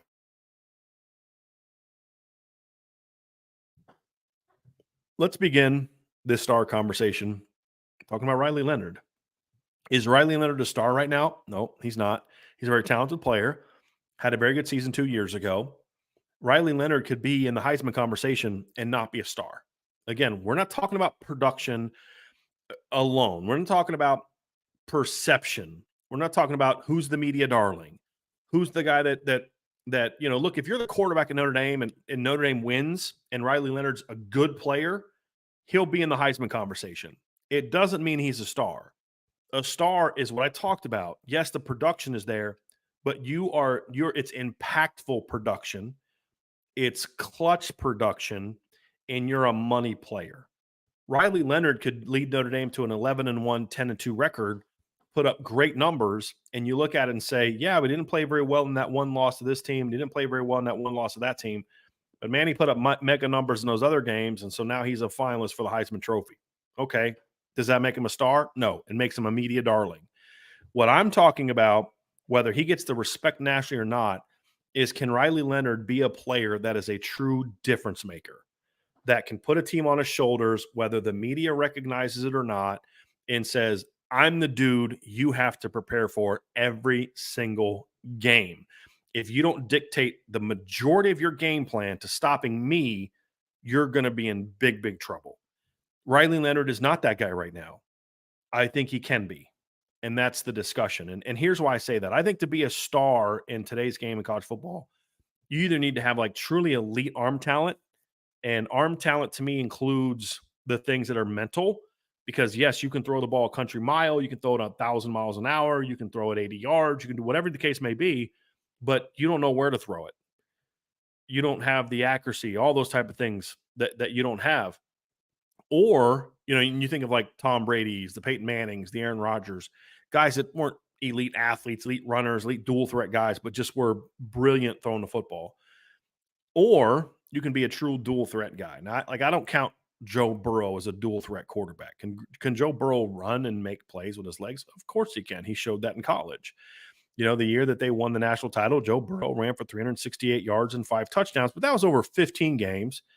And, there's a lot of it was scrambles and things, and he would make some plays, but it wasn't like, oh my gosh, you have to account for Joe Burrow's legs. He was a great thrower. He had great arm talent. He had a great mind for the game. Then there's the other type of star quarterback, which is the guy that's more of that impactful dual threat guy. Maybe he's not an elite thrower. Maybe he's not an elite runner, but he's really good at both, and he just completely changes the game. And then there's other guys that are more of the unicorns. Like, Lamar Jackson was great at both in college. I'm not saying Riley Leonard has to be Lamar Jackson to be a star, but he has to me, in order to be that kind of player, be more of a I can hurt you with my arm. And what does that mean? That doesn't mean running around scrambling, teams come up and you throw it over their head. It means if you are going to have a game plan that forces me to stay in the pocket, I'm going to rip you up. I'm going to make great decisions pre-snap. I'm going to know who my keys are. I'm going to read my keys. I'm going to get the ball out on time. I'm going to get the ball out in space. My anticipation skills are going to be excellent. My timing as a thrower is going to be good. I'm going to be accurate getting the ball where it needs to go to, all those type of things, because I trust my players. I trust my teammates. And if you're going to sit there and drop 8, drop 7 and have your guys spy, whatever the case may be, to keep me in the pocket, that's fine. I'm going to rip you up. Riley's not that guy right now. At least he wasn't at Duke. I think he can be. I think he has the potential intellectually to execute an offense like that from a pre-snap, post-snap decision-making standpoint. He has, to me, the arm talent from he doesn't have a bazooka, but he's got pretty good zip 25 and in. He can, I've seen him make, 10, 12-yard out cuts from the far hash and make them impressive throws. He doesn't throw it 70 yards. I think the furthest I've seen him throw the ball in the game was about 54, 55. But it wasn't like a muscle throw where he's got to really get that out. It was a drop back, drive off your back foot, get that ball out over top, lead a guy. So I've seen a couple throws like that where 50 to 55 yards is plenty. And he's a guy that has to continue to improve his footwork to make sure that the ball, he doesn't have those just bad misses that he'll have that are technique driven. He's got the tools to be that. He just hasn't put it all together yet. Part of it's the system he played in. Duke did not ask him to do a whole lot vertically. It was a very conservative offense. Like, let's not turn the ball over. Let's not take too many big risks. There were times he'd throw the ball down the field a lot more. I think North Carolina 2 years ago, do some deep balls. Kansas 2 years ago did a lot of that. And so I think he has the ability to do it. He's just going to be asked to do a little bit differently at Notre Dame. And I think he has a talent to execute it, but now he's got to prove it. But then, of course, he does have the playmaking ability. He does have the ability, even if you don't do any, he could go out there and run for 100 yards, and you don't call one play for him from a running standpoint. It's all off scrambles or read zones, which technically is kind of called for him as an option. But what I'm saying is there's no Q powers, there's no Q sweeps, there's no Q draws. There's none of those type of things where it's just designed to he's carrying the ball. I'm talking scrambles and just keeps off RPO action or read zone action. And that's an impact player. You want to drop 7, drop 8, he's going to tuck it up, make one guy miss, and next thing you know, he's running for 15 yards. And he has that a bit. Now that he has shown. You go back and watch the Clemson game. You go back and watch the Notre Dame game. He makes Notre Dame's All-American corner look silly on an outside run in the fourth quarter to set up their go-ahead fourth quarter touchdown run. He has that. The question is, can he develop the ability as a thrower to be that kind of special player? That's the question. My excitement, and I know Ryan's in the chat, he can speak for himself, but I believe, and I think Ryan believes it, but like I said, he can speak for himself because he is in the chat, that he does have the ability to be a much more productive and impactful thrower of the football. The question is, to what degree? Is it enough to where he's good enough with all that's around him for Notre Dame to be a great team? Or is it enough to where he can say, because of my ability to throw and run, we can go out there and beat anybody? To me, that's the difference between the first version of Riley Leonard can get you a couple playoff wins. The second version of Riley Leonard can get you a championship. That's the bigger question. I'm confident the first version we're going to see, where he's a good thrower and a dynamic runner, that gets you into the playoff. That gets you a win over the 12 seed or the 11 seed or the 10 seed. That gets you a second round win over the 4 seed or the 3 seed. I don't know that that's good enough to beat the next two opponents. Maybe one. I don't think both. The first one's still pretty good. And that star power, the degree to which that becomes is going to determine it. There's a couple others I look at. I think Mitchell Evans has a chance to be a star. The reason I'm hesitant on Mitchell is because just the injury history that he has, it makes it harder for me to say, once he's back, build the whole offense around Mitchell. It's hard for me to say that. When you look at his production last year, I mean, his entire career and the excitement that we have for him is really built around what he did in 4 games: Ohio State, Duke, USC, Louisville, and actually 5, Louisville and Pitt. Not even USC. He wasn't very productive against USC. It's Ohio State, Duke, Louisville, and Pitt. He was so good in those games that you're like, that guy has star power. But he's a guy that only caught 29 passes for 422 yards and 1 touchdown last season. And the reason why? Because he got hurt. Now, if he doesn't get hurt and miss the last 4 games, his numbers would have been way better. I mean, you're probably adding another 16 to 22 catches onto his title, on his stat line. You're talking about adding another 400 yards to his stat line, maybe a couple more touchdowns, because they were getting to the weak part of the schedule. Because think about what the reason that part of me I'm pushing back on Mitchell is because the injuries, the lack of a track record of success. The reason I'm excited about it, though, is the talent's there. But number 2, what was the stretch of games I just talked to you about where Mitchell was at his best? It was the toughest stretch of the year. Think about the 4 games I just mentioned. Ohio State, brilliant. Duke, brilliant. Louisville, he was the best thing you had. He had 4 catches for 71 yards and a touchdown. And let's not forget, he had like a 35-yard gain brought back because of a penalty on somebody else. He would have been over 100 without that. And then he was 5 for 66 against Pitt before the injury. I mean, so you're talking about that toughest stretch where your offense was struggling. The only offense you had in those 3 games primarily was Mitchell Evans. So he's got that money part down. I mean, he steps in for Michael Mayer in the bowl game last year and plays excellent.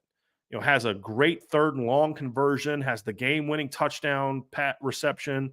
Like Mitchell can be that guy. The question is, can he stay healthy for an entire season? I mean, we're talking about let's say Mitchell misses the first month, just for sake of argument. He would still then have to play to win a title 11 straight games. That's something he's never proven he can do. That's my concern, and that's what makes me a little bit nervous about putting Mitchell in the star category. But he's got talent, check. When he has played, he's been productive, check. Is he clutch? Check. I mean, he's had some big moments in games. I think we saw that against Ohio State. We saw that against Duke in some big moments. With runs and catches and blocks, and he's money because his best games were against the best teams that they played. So I think he checks all the boxes in that regard. It's just the other stuff that we don't know. We don't know if he can stay healthy. That's really the key.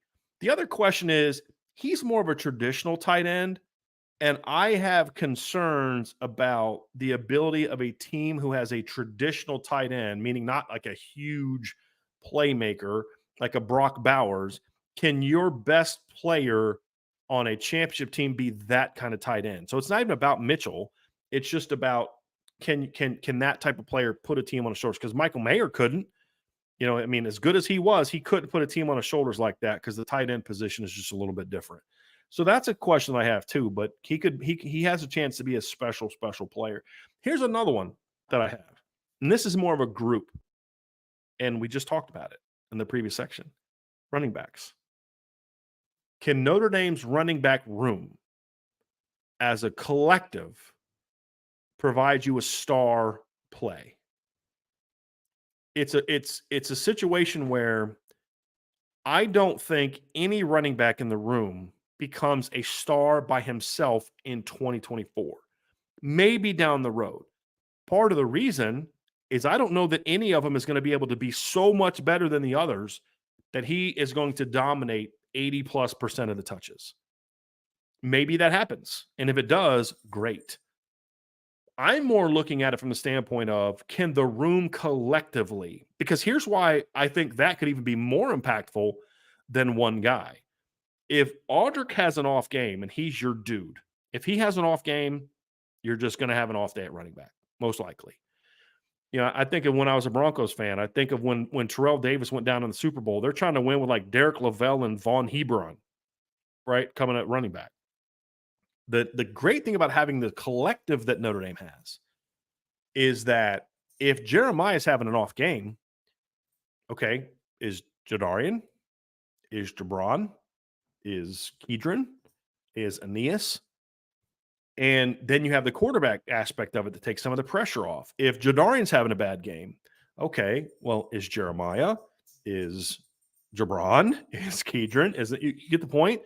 Now, okay, so Jadarian and Jeremiah are both having an off game. Okay, is this the game that Jabron Payne steps in and he carries the team? Is it Kedron Young's chance to shine? Is it Aeneas Williams? And so to me, that's what makes this room so exciting, is because the deeper you are, the more slump proof you are, right? That's the thing, is like if you have one great receiver and the other opponents can kind of take him out of the game, you're in trouble because that's all you got. What makes a great entire group is, okay, you want to take that guy out, fine. We're going to dominate you with this guy. This guy's going to rip you up. And those to me are the questions that you have to ask yourself about. Do you have a great player or do you have a great room? I don't know that Notre Dame has a guy that's going to emerge to the point that he just separates himself and just dominates all the touches. But I look at that group and I'm like, I think that group has a chance to be a star room. That's what I think. And we saw enough from them in small touches to make me think they have a chance to be a clutch and money group. Because here's what we know about the running backs. Talent, check. Depth, check. Production potential, check. Do we know that they're clutch? I don't know if they've been given the opportunity to do that. Do we know that they're money? I don't know that they've been given the opportunity to do that.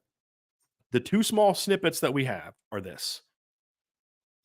USC is coming back. Fourth quarter. They score to make it 31-20. If you don't counter, there's still plenty of time left in the game between Notre Dame and USC when you've got Caleb Williams on the other side of the field. That if you go 3 and out, 4 and out, 6 and out, whatever, this game is now all of a sudden a chance to be really competitive, really competitive. And there's 9 minutes left in the game, plenty of time for USC to make a stop, go down and score, and now all of a sudden you're in a dogfight to conclude this game because you've let Caleb Williams kind of bring you back. What happens? Jadarian Price, 99-yard touchdown, ball game. It was a clutch moment. It was a big game, 8 o'clock, 7:30 game, night game, your rival, the reigning Heisman Trophy champ, the elite kick returner on the other team is the guy that set up that kick. Because remember, that was the sequence of that was an 18-yard touchdown drive by USC because Notre Dame had just punted to them, and Zachariah Branch returns it like 60-plus yards to get him inside the 20, and that's what set it up. So anything you can do, I can do better type of response from Jadarian Price. And also, you've watched the video. He talks about, like, I called it. I mean, he basically called it that week. I'm going to take one to the house this week. That tells me that's a clutch gene. Now, I don't know if Jeremiah Love has that. And it's hard to look at high school production to say because of this, it's going to go to high school. But the best game Jeremiah Love ever had in high school, was the state championship game his senior year. It was a monster. He had, if I remember correctly, I had to text Ryan this and ask him. But if Ryan, if you're in the show, respond to the chat. I believe Jeremiah had over 1,000 yards rushing in the playoffs his senior year, just the playoffs alone his senior year, because I think they played 4 or 5 games, and he had like a 300-yard game. He was a star in the biggest moment of his career in high school, just dominated in the postseason. Does that translate to college? I don't know, but it makes you feel pretty good about it, right? So you have guys that have shown a little bit of that clutch gene. Now they have to show it that they can do it at this level. That's the question. But guys, again, talent check, depth check, impact talent check. Have they made big plays in college? Check. The second data point too is you go out in the bowl game, you don't have Audric, you're running behind a brand new looking offensive line, you don't have Sam Hartman, you don't have Mitchell Evans, and the 2 running backs went out there and just ripped Oregon State up. That's the kind of clutch gene we're talking about. That's the kind of money gene that we're talking about. That's the kind of group that you look at and say, hey, we've got a chance to, with this group, to say, I don't know who it's going to be. I don't know who's going to step up. I don't know who's going to be that guy. But between Jeremiah, between Jadarian, between Jabron, between Kedron, between Aeneas, between Devin, whoever the case may be, we're going to have at least 1 or 2 guys step up. And that, to me, is what kind of gets you excited about what that group can be. In that bowl game we referred to, Jadarian and Jeremiah combined, and Devin Ford and Jabron Payne. Let me do the math here real quick. I believe the group combined for over 200 yards by themselves. So you had 106 from Jeremiah, 39, or 106 from Jadarian, 39 from Jeremiah, 30 from Devin, and 24 from Jabron. So those 4 guys combined for 199 rushing yards. Plus, Jeremiah caught a 13-yard touchdown pass. So between the 3 of them, you had over 200 yards of offense in a bowl game where they were having to replace your best player. That to me, it says, okay, they've got that money aspect to them. Was it a big bowl game? No. Was it a great opponent? No. But it was a moment that they had to step up, and they did. And so I think they have a chance to be that. Now, here's the question that I have after this. Who is going to be that type of player in the passing game that steps up? Because it is, to me, easier to take a tight end like Michael Mayer or Mitchell Evans out of a game than it is a Brock Bowers type who you can move around more, or a receiver who you can move around more. They're going to have somebody, or the group as a whole, step up to say, you don't have to be a star, but you've got to be clutch and be money at receiver, or a couple somebodies. I will say this. If Notre Dame has at least 1 guy break out a receiver and become even in the conversation of being a star, and again, I'm not talking about perception, and I'm not talking about first round. I'm talking about a guy that is a difference maker in college. Good production, money, clutch, all of that. I don't know how you stop this offense because of what we've talked about in the other areas. But that is also the biggest question mark I have on offense. It is a question mark that I'm more confident gets answered than I have in the past because, like last year, it was if Tobias doesn't step up, they don't have that kind of guy. He didn't step up. You can say he didn't step up, he didn't get the chance to, combination of both, whatever the case may be, that's the reality. If he didn't break out, you didn't have a star. 2022, if Lorenzo Styles doesn't break out, you don't have a star. He didn't, your receiving core struggled.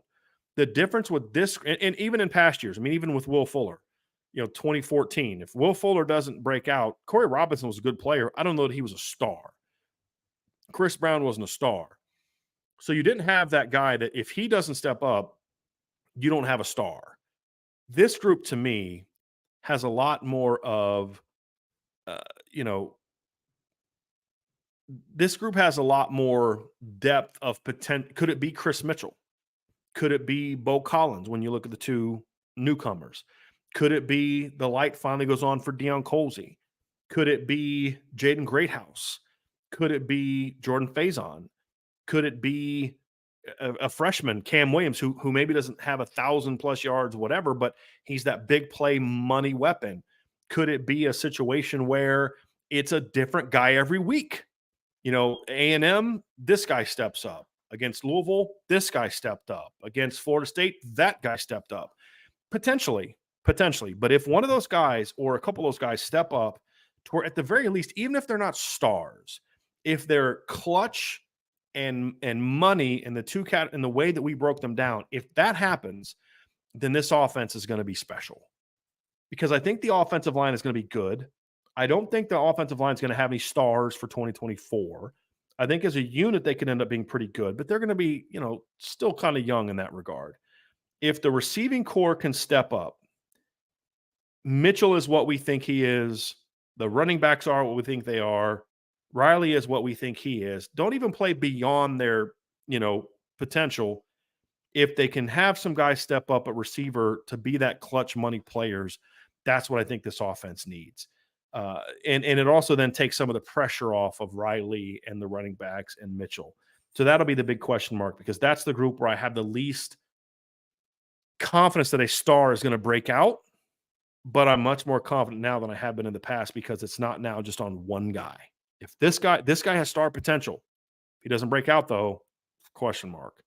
They're in a completely different situation now. So that's going to be it for this part of the show. Next, I'm going to get into a little bit of recruiting talk. A reminder, there will be no mailbag today. Before I get over to the recruiting conversation, do me a favor, folks. Hit that like button, hit the subscribe button, hit the notification bell, share this podcast. We would greatly appreciate if you're listening via with our partners at Spotify or anywhere else. Please give us a 5-star review. We would greatly, greatly appreciate that. And if you have not done so, I'm telling y'all, you're missing out. Boars at irishbreakdown.com. Definitely check that out. You're going to love the site. Love the things we got going on. Really good conversation going on today. Great intel. I'm going to have a bunch of breakdowns coming up here real soon. I still have to drop that intel piece on recruiting. We'll dive into that. I got to get with Ryan. We'll get that out before he leaves for the combine. So I'll get with him tonight and we'll get that out, get all the information from the staff. We'll get that out to you. So definitely want to make sure you check that out. We're going to do recruiting next, folks. But before we do, just want to thank you for being with me today on the Irish Breakdown Podcast.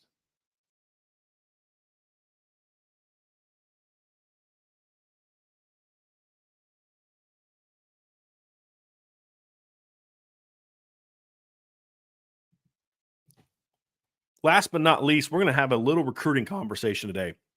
That is going to be part 3 of today's show. And, just kind of looking at this class, it's kind of interesting. They've got 17 commitments right now, 9 on offense, 8 on defense, number 1 ranked class on Rivals of 247, primarily because of just, let's be honest, sheer numbers. They have more players than everybody else, but it's still a very, very good class. But there's still a lot of questions about the 2025 class. And not just the 17 commitments, but then the players they have coming down the pike. So what I want to do today to wrap up this show is I want to talk about some of the biggest question marks that remain for Notre Dame in the 2025 recruiting class. And how these questions get answered is going to, number 1, tell us a lot about where the group ranks at the end of the year.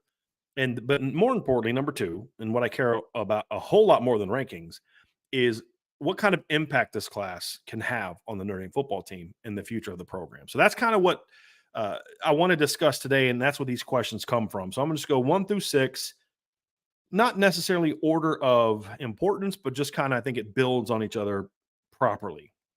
Number one is, for the most part, you've got to keep this class together. That's where you're at. And the reality is you're going to lose players. Every class has decommitments. Notre Dame has already had one, I believe, right? CJ May, no, Nate Roberts. I always forget about Nate Roberts. You've had two decommitments in this class already. You're going to have others. Sometimes decommitments happen because the player just decides to go elsewhere, and some decommitments happen because you would like the player to go elsewhere or you over recruit him.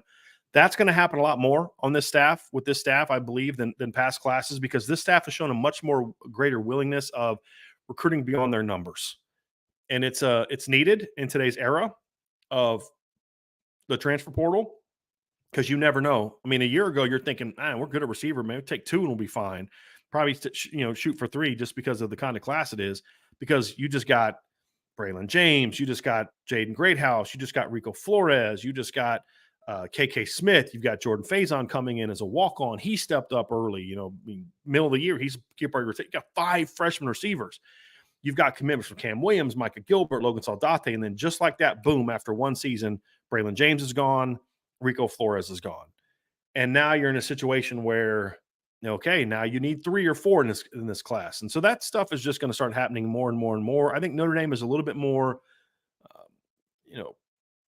protected by it to the volume of other schools, because so many kids make the decision to come here for the degree. But at the same time, it's going to happen to Notre Dame. So you've got to be willing to go beyond your numbers. And even before the portal cracked in the way it did, Notre Dame was often short on numbers because they would get their targeted goal and just stop recruiting.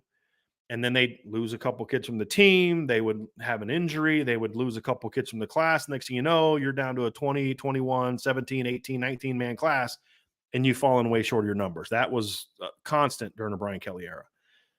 This staff is much more willing to make sure that they will never be caught shorthanded, and they learned from that lesson from what happened a couple of years ago when they lost Peyton Bowen and they lost Keon Keeley and players like that. So I do like that aggressiveness. So some of these commitments are going to kind of be mutual separations. That was the case with CJ May. Nate Roberts was not a mutual separation. Notre Dame wanted Nate Roberts in the class. He just wanted to be the only tight end in the class, and Notre Dame wasn't willing to have him be that, so he left. They were willing to make that. So even though they wanted him in the class, it was something where they were not willing to give in to what was needed to keep him in the class. Totally fine with that. And then there's players that you lose that you don't want to lose. Simple as that. And Notre Dame needs to make sure that they don't have those kind of departures. Now, I'm going to talk a little bit about Deuce Knight here, because I am frustrated by a lot of what's happened with Deuce's recruitment, and none of it really having anything to do with Deuce. Basically, what's happening is you have people that are just driven by clicks that are going to use him because he's a very nice kid. He's a very open kid. He likes to do interviews. He likes to talk to people. And so people are just going to take advantage of that and use it to get clicks. It's just the reality of it. I had a guy down at the recent 707 he was at. You guys know him, Brian Smith. Talked to Brian about it. And I asked Brian, I said, look, what is Deuce saying down there? And he goes, look, I was not even with him. He had a couple people come up to him and they were asking about visits. And he looked at these people who are not Notre Dame people. And he says, I'm only visiting Notre Dame. He has not told Alabama he's going to visit. He's told Notre Dame all the right things. He's telling other commits the right things. He's still recruiting for Notre Dame. There's nothing about Deuce other than people perceiving certain social media responses to be about that, because they're already paranoid about what's happened in the past, and because of things that I just think are being said that are just not true. I mean, Chad Simmons reported this the other day as well at On 3. Chad's a guy that I like a lot, respect a lot. I don't respect the company he works for, but I respect Chad. And he said, look, Deuce says he's strong in his commitment. This is not someone that Deuce would be, spinning it to, right? He's a Southern guy. He's a Georgia guy. He's an SEC type of guy. He doesn't only cover them, but that's the region he's from. And he told Chad, I'm strong in Notre Dame. This is not like Peyton Bowen, where he would say one thing and go somewhere else. This is not like Keon Keeley. Could it eventually get there? Maybe. But I'm not going to judge Deuce on the actions of other people. I'm not going to judge Deuce on, well, this guy lied, so I'm going to assume Deuce is lying. I don't want to live that miserable of a life. And honestly, I don't think it's fair to judge Deuce that way. If Deuce gets to the point where he's going to go somewhere else, he'll tell you. He'll tell the staff. You've got a kid who has a family that supports Notre Dame. They're very respectful people. I'd be shocked if they would allow him to play that game and be dishonest. That's just not how this young man was raised, in my opinion. So I think a lot of the stuff with Deuce is overplayed. However, the counter to that is we do, as Notre Dame fans, have to prepare for the fact that teams are not just going to stop recruiting him. And yes, it'll be a bit of a relief when Alabama finally gets a commitment in 25 class. It'll be a bit of a relief when Ole Miss gets a commitment in 25 class. But even then, they're going to not stop recruiting him. But you have to be willing to, number one, stay out of the kids' DMs. For the love of all things holy, stay out of the kids' DMs. Don't go emotionally DM or tweet at a player because you don't like what someone reported about him. That's just ridiculous. Okay. So I just, you can believe whatever you want to believe. I'm just telling you, I'm going to go by the kids' actions. This is not clickbait. I don't care about driving up my reputation. I don't care about any of those things. Right now, here's the story. Deuce is telling Notre Dame he's only visiting Notre Dame. Deuce has told other schools he's going to visit only Notre Dame. He's telling other prospects he's only going to visit Notre Dame. Until that changes, I just think it's unwise for us to obsess over what somebody else is reporting. Okay, I'm going to give the kid the benefit of the doubt until he gives me a reason otherwise. I'm just going to. And we're not in this channel just going to constantly harp on he had this, like there's something, he had this emoji in his tweet, and I think that mean he might be decommitting. Stop. Right? Like, what was that thing that mean for Mike? Stop. Seek some help. Right? This is not a healthy behavior on your part to be reacting that way. Let's let the kid enjoy this process. And if he decides to go on a visit, then we can deal with it then. But until then, Deuce is the leader of this class, and we're going to treat it that way. But we're also not going to be so naive to act like there's no chance anyone can decommit nowadays. Anyone. But until we have reason to believe that beyond just someone saying from a source is saying this, we're going to go with it that way. But it doesn't change the fact that it is important to keep the class together for the players that you are okay, that you're not okay losing. Question number 2. How will the receiving class finish? This is a really big question. This might be one of the biggest questions in this cycle for Notre Dame. I look at the receiving board, and I'll be honest, there are some things that this staff has done I really like. Love Elijah Burris. Completely understand taking Sean Terry. Totally go with it. But there's some other decisions you just kind of scratch your head a little bit and be like, I don't get that one. I don't understand why this staff hasn't pushed harder for Dalen McCutcheon. I don't. He likes Notre Dame a lot. I think he's a heck of a player. They're not as high on him. I don't know why this staff didn't push harder for Cooper Perry. I think they could have got a commitment from Cooper Perry if they wanted him. I really don't get that. Doesn't make any sense to me. But that's the path they're going. There are some guys that they are just not on, that they've tried to get on, that just don't have interest in Notre Dame. Quincy Porter, the staff has done everything they can to be on with him. He talks about Notre Dame. He may visit, but they're just trailing a lot of other schools. Talon Taylor, I think the staff has done as much as they can to be on with him. He likes Notre Dame a lot. I think they're one of his top 3 or 4 schools. It's a long way to go. Derek Meadows is another one that they're very high on. It's a battle, right? I mean, I kind of felt like he was kind of trending towards Washington when Kalen DeBoer and that staff were at Washington. They've now offered him at Bama. He's got a much bigger offer list now. Do I think Notre Dame has a chance to land him? Yes. Do I think he's the lock to Notre Dame that some others have kind of hinted at or reported? No. There's a lot of work to be done there. And then Raiden Vines-Bright is another guy that the staff likes. Those are the top 3, in my view, and talking to sources. Those are the top 3 guys on the board at receiver left on the board. You've got to get at least one of them for this to be a good receiver class. And if you want this to be an impact receiver class, you need to get 2 of those 3 guys, in my opinion. That's where they are. And right now, I don't know that they lead for any of those guys. So there's a lot of work to be done, which makes the receiver position, to me, arguably the biggest question mark on the board for Notre Dame. So that's something we're going to have to find out. Can they finish at a high level? And I've heard excuses for why they're not. Oh, they don't throw the ball enough. Well, They weren't throwing the ball very effectively when they landed the great class with Great House and Braylon James and those guys. They weren't throwing the ball very well when they landed Cam Williams and Micah Gilbert and Logan Saldate.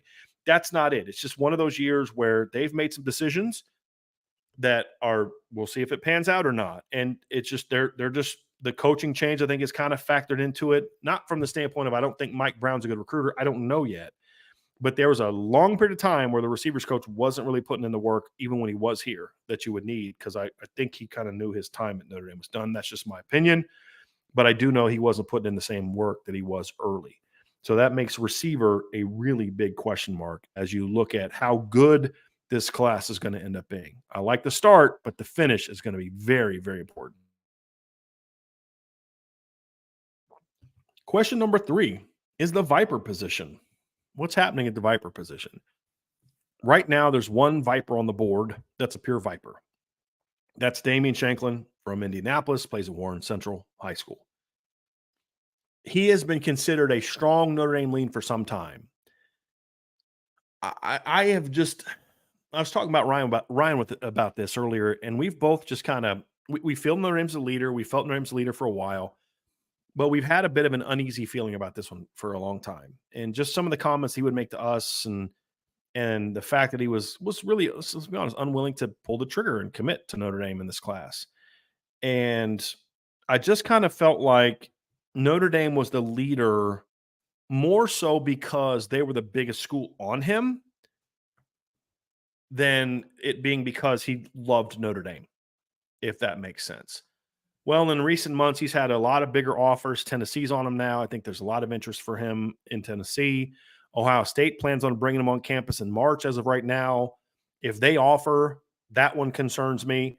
I just don't know that Damian Shanklin ends up in this class. I think it's still possible. They're still battling for him, but that's going to be a much tougher finish than a lot of people think it's going to be. I would like if we were doing the crystal ball thing, which I hate, I can promise you I would not have a crystal ball in right now for Damian Shanklin to go anywhere.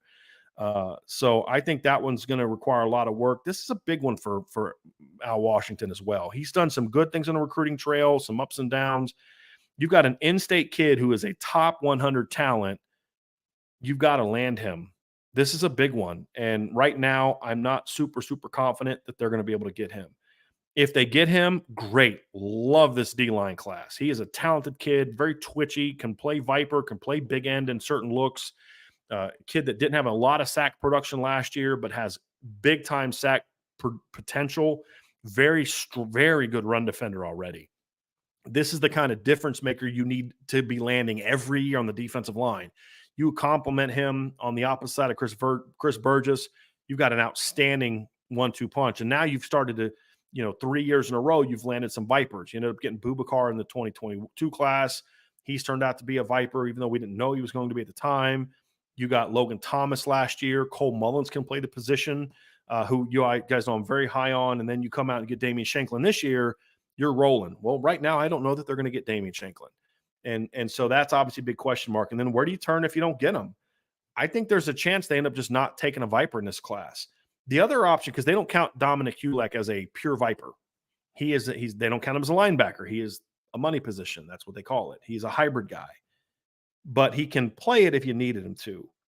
Another option is to take a fourth linebacker and try to get one of those linebackers to be a guy that could play, maybe eventually grow into it, like Josh Burnham types. And the guy that I have in mind, obviously, there's Marco Jones. I love Marco Jones as a linebacker. I think the kid is an absolute stud. He's one of my favorite players in this class. He doesn't get talked about a ton. His ranking is a little strange to me. I must be missing something, apparently. He's ranked as a top 100 guy by one service who has him at 88. Two others have him in the 180s. Rivals doesn't even have him in the top 200. I watch this kid's film. I see a 6'4", 225, 230-pound freaky athlete that can play linebacker. And if he can't play linebacker, I think could grow into an end. And he's been receptive to that conversation. He actually brought it up to Ryan in the conversation one time because a lot of schools are talking about that. If you miss on Damian Shanklin, I would love to see them make a run at Marco Jones and say, hey, man, we're going to recruit you at linebacker. You obviously know that there's a chance, to move here as well. Somebody asked about Josiah Kia. He's like 6'2", 210 pounds. I don't see him being a Viper. There's not a lot of other linebackers on the board right now that I see as growing into Vipers. And so, to me, uh, I'm going to look at this and say, if you get Damian Shanklin, it gets real sketchy about whether or not you can get another Viper, unless you want to try to recruit Marco Jones as kind of that hybrid guy. End of the day, my recruiting pitch to Marco Jones would be, Marco, you can play wherever the heck you want, dude. Seriously. You can play linebacker, D line, both, whatever. He's that kind of talent, in my opinion. And so if you were able to rebound and get a kid like him, that would make me happy. The ideal is you get him a linebacker and Damian Shanklin and Viper. That's the ideal situation. But if you don't get Damian, then it'd be nice to see maybe Marco kind of fill that role. I'm not saying they're not going to get Damian Shanklin. I'm hoping that they can. I'm simply saying you have to prepare yourself that this is not the slam dunk that I think some people thought it was going to be for a while. They're going to need to really get some work done there to get back in not to get back, because I still think, I mean, if he named the leader today, I think I'd probably say Notre Dame's still the leader for Damian Shanklin. I just think it's very tenuous, and I don't know that I'll still say that in a month. That's the concern. So you've got to be prepared for that. I do think Notre Dame is aware of that. They're battling. They just have to make sure that they've got a plan B if they don't make it happen. Because I don't know that you can just assume that Cole Mullins and Logan Thomas are going to be that guy. I think you need to have a plan in place, and we'll see what that plan is. A lot of time left between now and then. And somebody asked about it handling his recruitment properly. I don't have any issue with what Notre Dame has done with Damian Shanklin. They've been on him for a while. They've had him on campus multiple times. They're going after him. Like, you guys know, if Al Washington or Al Golden or Marcus Freeman or Chad Bowden wasn't handling this recruitment properly, I'd say it. I don't know that there's a lot they could do. They've been down to visit him a bunch of times. They've had him on campus a bunch of times. They show him all types of love. I just don't know that he necessarily was excited about playing at Notre Dame. That's my read on the situation. That can change in time. They've had guys commit to Notre Dame, sign with Notre Dame, be great players in Notre Dame that weren't initially fired up about playing at Notre Dame. So hopefully Notre Dame can kind of still win that battle. I think it'd just be more of a the only criticism I would have is you got to close. I, I sometimes it's not that the process was fine. You built the relationships you need to do. You were active enough. You went down, saw them enough. You had them on campus enough. You just weren't able to close for whatever reason, and they're going to have to figure out a way to close. That's the key, and it'll be a miss. It'll be a sort of a bit of a I don't say black eye. That's too strong. It'll be a loss for Al Washington if they don't get him. But it's not one where I'm going to react the way that I did when they lost Justin Scott, where I felt like you didn't do everything you needed to do, so you couldn't close because you didn't even do all that. That's not the case here. I think they're doing everything they need to do. They just have to figure out what else needs to be done to close the deal. That's the question. And if they can close on it, that's a huge pickup because Damian Shanklin is a very, very talented player. Question number 4, and this ties into a little bit. What's the priority on the linebacker board, and who are they going to get? Josiah Key is in the class now. Right now, I believe Antoine Delorier is a guy that if I was, Ryan actually said this to me when we were talking about the show today. He said, if I did crystal balls, this kid would have one. He said somewhat sarcastically, but the point from the conversation was Notre Dame is in a great place with this kid.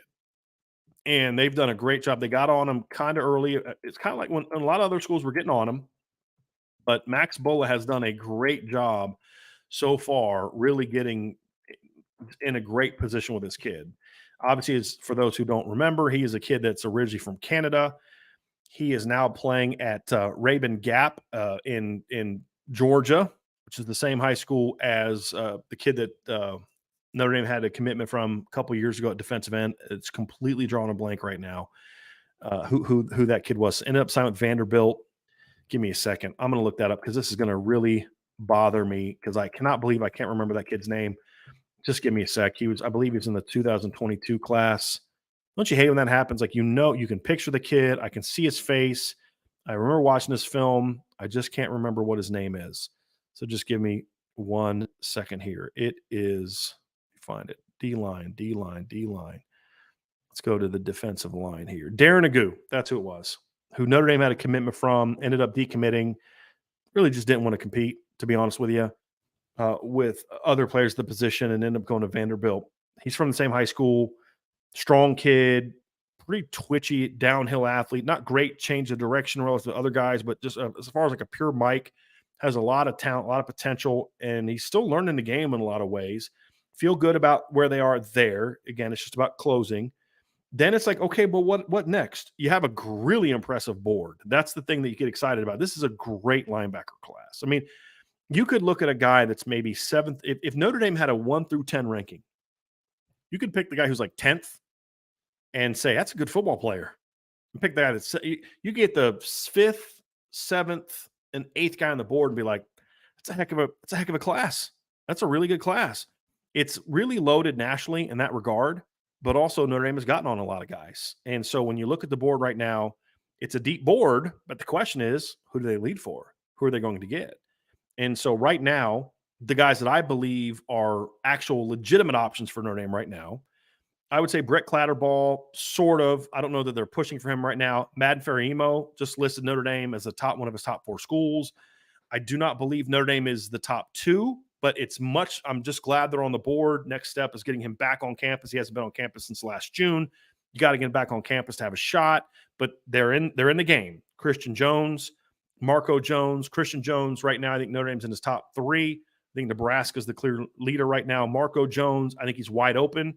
Likes Notre Dame a ton.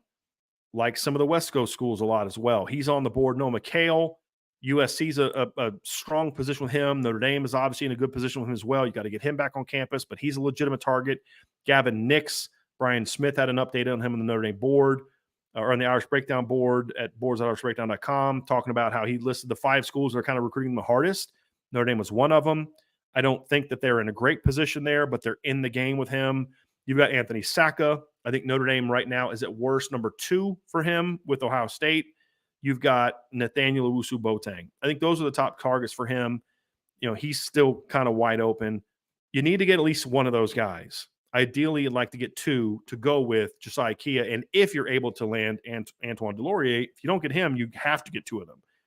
I do think that 2 from a number standpoint. You only need really 1 for me to consider it being another step towards closing the gap. But to me, numbers-wise, I think you need 3. There's a chance they could go to 4 in this class, not counting Dominic Hulak, who's being recruited as more of a hybrid player. So right now, they're going to have to figure out it and of course, Antoine Delorier is in that group too. I was talking about on top of him. Those are the guys that right now are the top of the board guys that I think are realistic options. There's other guys on the board. They're trying to recruit Kamar Archie. They're trying to recruit a couple other players on the board. They're trying to recruit Nasir Wyatt. This is not going anywhere. I just don't think those are guys that really they have much of a shot at right now. So of the group of we talk, and even Brett Clatterball, I think he's probably more of a second line guy for them. It's really Madden Ferrimo, it's Christian Jones, it's Marco Jones, it's Noah McHale, it's Gavin Nix, it's Anthony Sacca, Nathaniel Owusu-Boateng, and Antoine Delorier. I think that's sort of the top group that they're reaching out to right now and that they really like. The question is, who can they finish on? That's going to be the key. There's a lot of guys on the board that they like, but who can they close on? Can they get guys from the top 2 or 3 group? Is going to be more middle of that group guys? We're going to find out. That's one of the big question marks right now in this class. Number 5 is the DB class. It's a very good group already.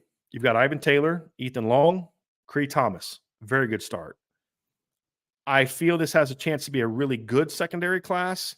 The question is, and we talked about this a little bit earlier, so I'm not going to spend a lot of time on it because Ryan's going to dive into more. This is going to be one of Ryan's main topics tomorrow that he's going to dive into about where things stand. Notre Dame has a chance to land a DB group that is as good, if not better, than anybody in the country and is better than anything Notre Dame has done in 30 years. You're going to have to go back to the early 90s with Lou Holtz to find a time where Notre Dame had a DB class like the one they have a chance to get in 2025. Now, right now, today, they're in a very good position with Dallas Golden. They're in a very good position with Mark Zachary. They're in a very good position with Jadon Blair. They're also in a good position to keep all the guys they have in the class.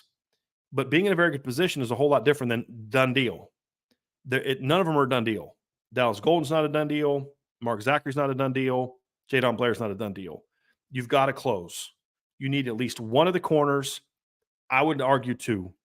And Blair is more of a want, not a need from a number standpoint. But the reason that Notre Dame wants him is because they need more talent like him on the roster. They don't really have that on the roster. They don't have that 6'3", 6'2 plus rangy, can play everywhere type of guy. Jadon Blair is a must get in this class if you're talking about closing the gap. Dallas Golden and Mark Zachary are must gets at corner if you're talking about closing the gap. Now that Devin Williams is committed to Auburn, that's even more pressure on Notre Dame to get the job done with Dallas and Mark. And then, of course, from now, Mike Mickens now has also the extra burden of you now have to close on Jadon Blair. So Ryan will dive more into that tomorrow, but that's a big question mark. Is it's going to be a good DB class? I don't see any scenario. I'd be shocked, absolutely shocked, if they strike out on all three of those guys. Shocked. But do they get one of three? Do they get two of three? Or do they get three of three? That's going to determine how good this class is, and that's the question. It's not will it be a good DB class. It's a how good. Is it a closing the gap type of group where you got better, you close it this much, or is the gap erased now? I mean, is that the conversation we're having now? Is the gap erased? That's the question. So got to get two of the three. The goal here now is to get all three, and it's possible. It's definitely possible to get all three, but there's still work to be done, no doubt about that. And then the final one, and this is more of a bigger picture question. When you look at the way Notre Dame has recruited this class, in the last couple of years, there was a lot of guys that they went after that the recruiting services to some degree liked. We all complained about CJ Carr's ranking on On3, and rightfully so, but they still have him as a top 250 kid. It's not like they have him as a 3-star or unranked. You know, we thought certain players should have been ranked higher. Jaden Greathouse should have been higher, but everybody still had him at least in the top 200. When you look at this current class, there are some guys on this board that they have commitments from and that they're recruiting now who are way off from where their ranking is compared to how Notre Dame thinks about them. This class ultimately, not from a ranking standpoint, but from a success at Notre Dame standpoint, is going to tell us a lot about the evaluation ability of this staff when it comes to sleepers. One area that I gave the previous staff a lot of credit for is they were able to find some under-the-radar kids that turned out to be really good football players.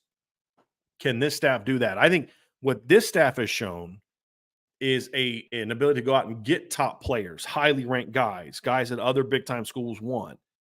They've gotten some sleepers, but this class, they're banking on it to a whole greater degree.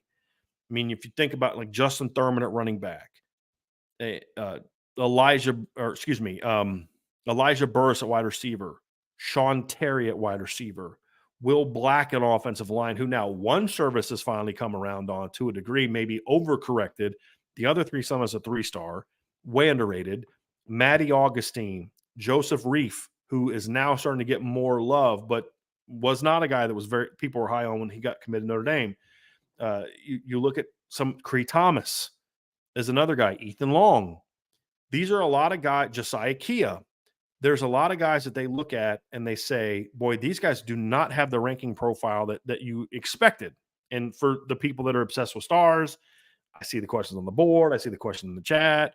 And there's certain people like, it's fun. I don't know even why you ask me the question sometimes when people ask about the class, because it's like, there's nothing I can tell you that's going to make you feel better because you're never going to get past the 3-star ranking ever. So why are you even debating it with me? Let's just see how it plays out.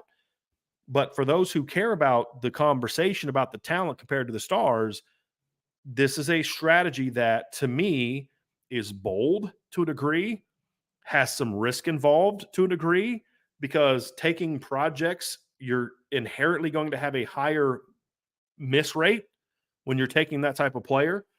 How high will the success rate be for the staff? When you talk about, again, it's a big list. It's Justin Thurman, Daniel Anderson, Elijah Burris, Sean Terry, Will Black, Maddie Augustine, Joseph Reif. CJ May was that to a degree, but, Dominic Hulak, Cree Thomas, and Ethan Long, Josiah Kia. That's a lot of guys where in the past, give you guys a little inside baseball. In the past, there were guys that Notre Dame would get that weren't highly ranked that you looked at and say, they're solid players, but they're not great. And you talk to the staff at Notre Dame and they'd say, hey, look, we like this kid. He's a good player. He gives us good depth. And you could just kind of tell they like him. They're happy to have him, but they don't think he's the next Jalen Smith, right? They're pretty honest about that. With this class, I'm getting so much more feedback from these coaches. Like, I don't know what they're not seeing, but we love this kid. I don't know what they're missing. Like, I'll be honest. I flat out reached out to a source and I was like, I do not understand why you're taking a certain kid.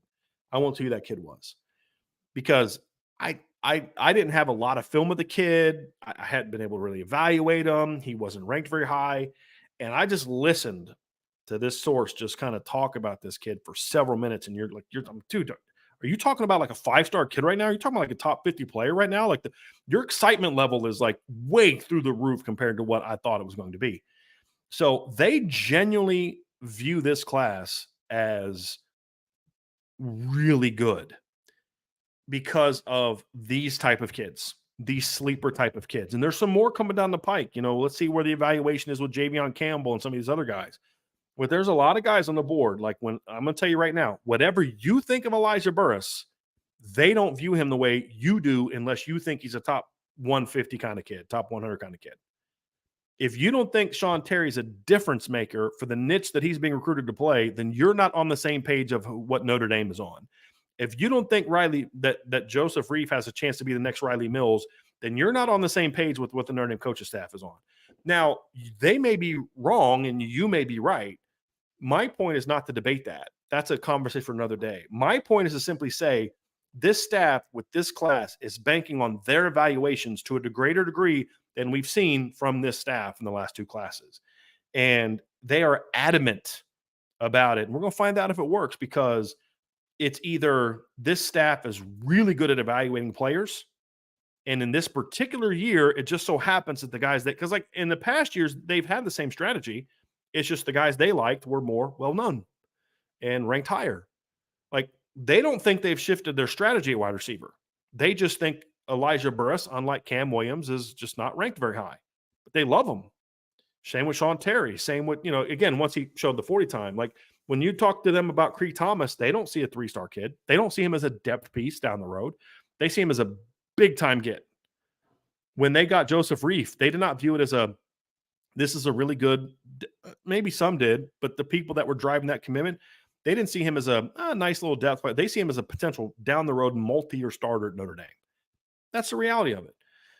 And same with Davion Dixon. They see him as a multi-year starter at nose tackle, 3 technique, wherever he's going to end up playing, not a guy that's drop down to a 3-star now. So it's going to be interesting to see how it plays out, to see how this staff is able to continue recruiting. But here's the other thing too. If better players come along, as I said before, this staff is way more willing to say, hey, as much as we like that kid, there's another kid that's coming down the pike that we like even better. And we're going to make a run at him. And that's what I have found very intriguing about this staff, to be honest with you, is they're not taking low-hanging fruit because they're low-hanging fruit. They're not taking projects because it's easier to recruit them. It's easier to hang on to them. They genuinely believe, and there's nothing wrong with that latter. I don't like the former. You don't take low-hanging fruit just because it's easy to get. It's okay, though, however, to take this raw kid that needs some time because, you can get him. There's nothing wrong with that, but that's not how they see this. For the most part, they think these kids are impact players. We're going to find out if they are right in their evaluation. I'm curious to see it. I don't know if they are. They're with some of these kids, I agree with them. I agree with them wholeheartedly on Elijah Burris. Wholeheartedly. Joseph Reif, I see it to a degree, but not fully. I like Joseph. I think I rank him as a top 250 player, but I think he needs a lot more work than maybe they do.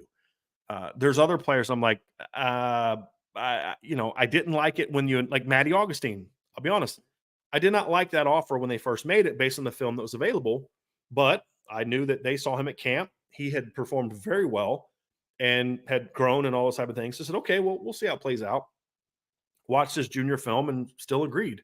I didn't think he was that kind of player. As I shared with you guys the other day, it was the wrong junior film. He reclassified. I was watching his 2022 junior film, not his 2023 junior film. when you watch his 2023 junior film, you're like, okay, I get it now. I see it now.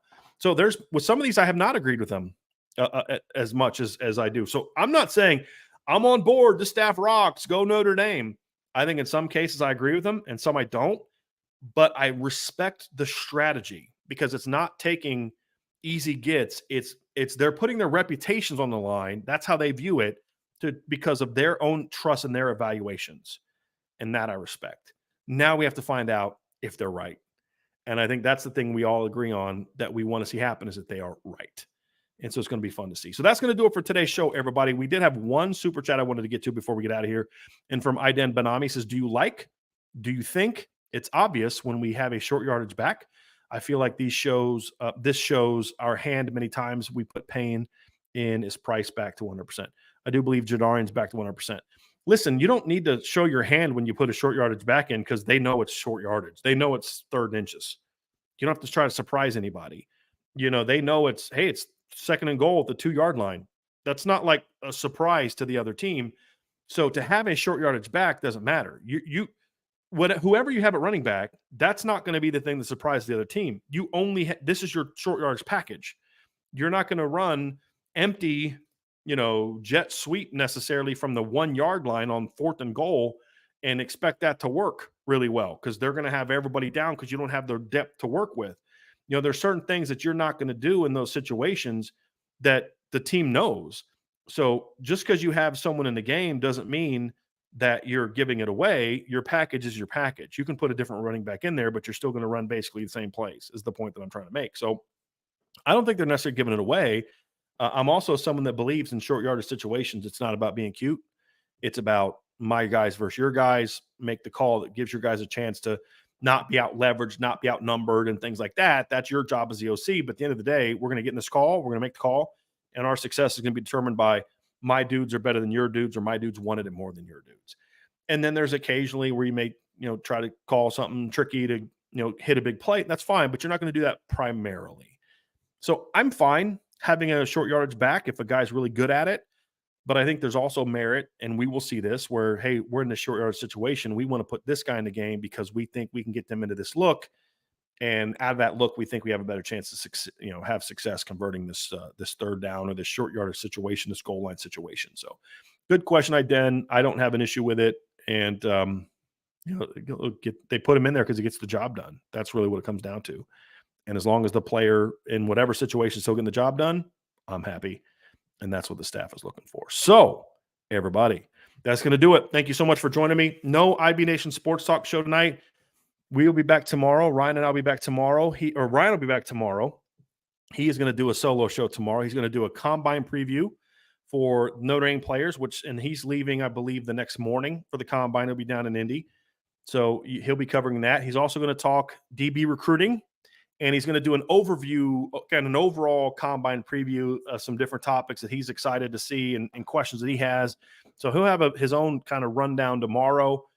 I'll be back on Thursday with another solo show, and then Friday we're going to have a show. Not quite sure what the discussion is going to be or who I'm going to be on with. I'm hoping to get a special guest on. I have right now an interview scheduled for Friday morning. I'm going to play that on Friday, but I want to make sure that interview happens before I start advertising it. So we'll see how that plays out, but lots going on. And make sure you hit that like button, folks. Hit that subscribe button. Share this podcast. Give us a 5-star review. But of course, make sure you've signed up for the message board at boards.irishbreakdown.com. Have a great rest of your day. I'll talk to you all again very soon on the Irish Breakdown Podcast.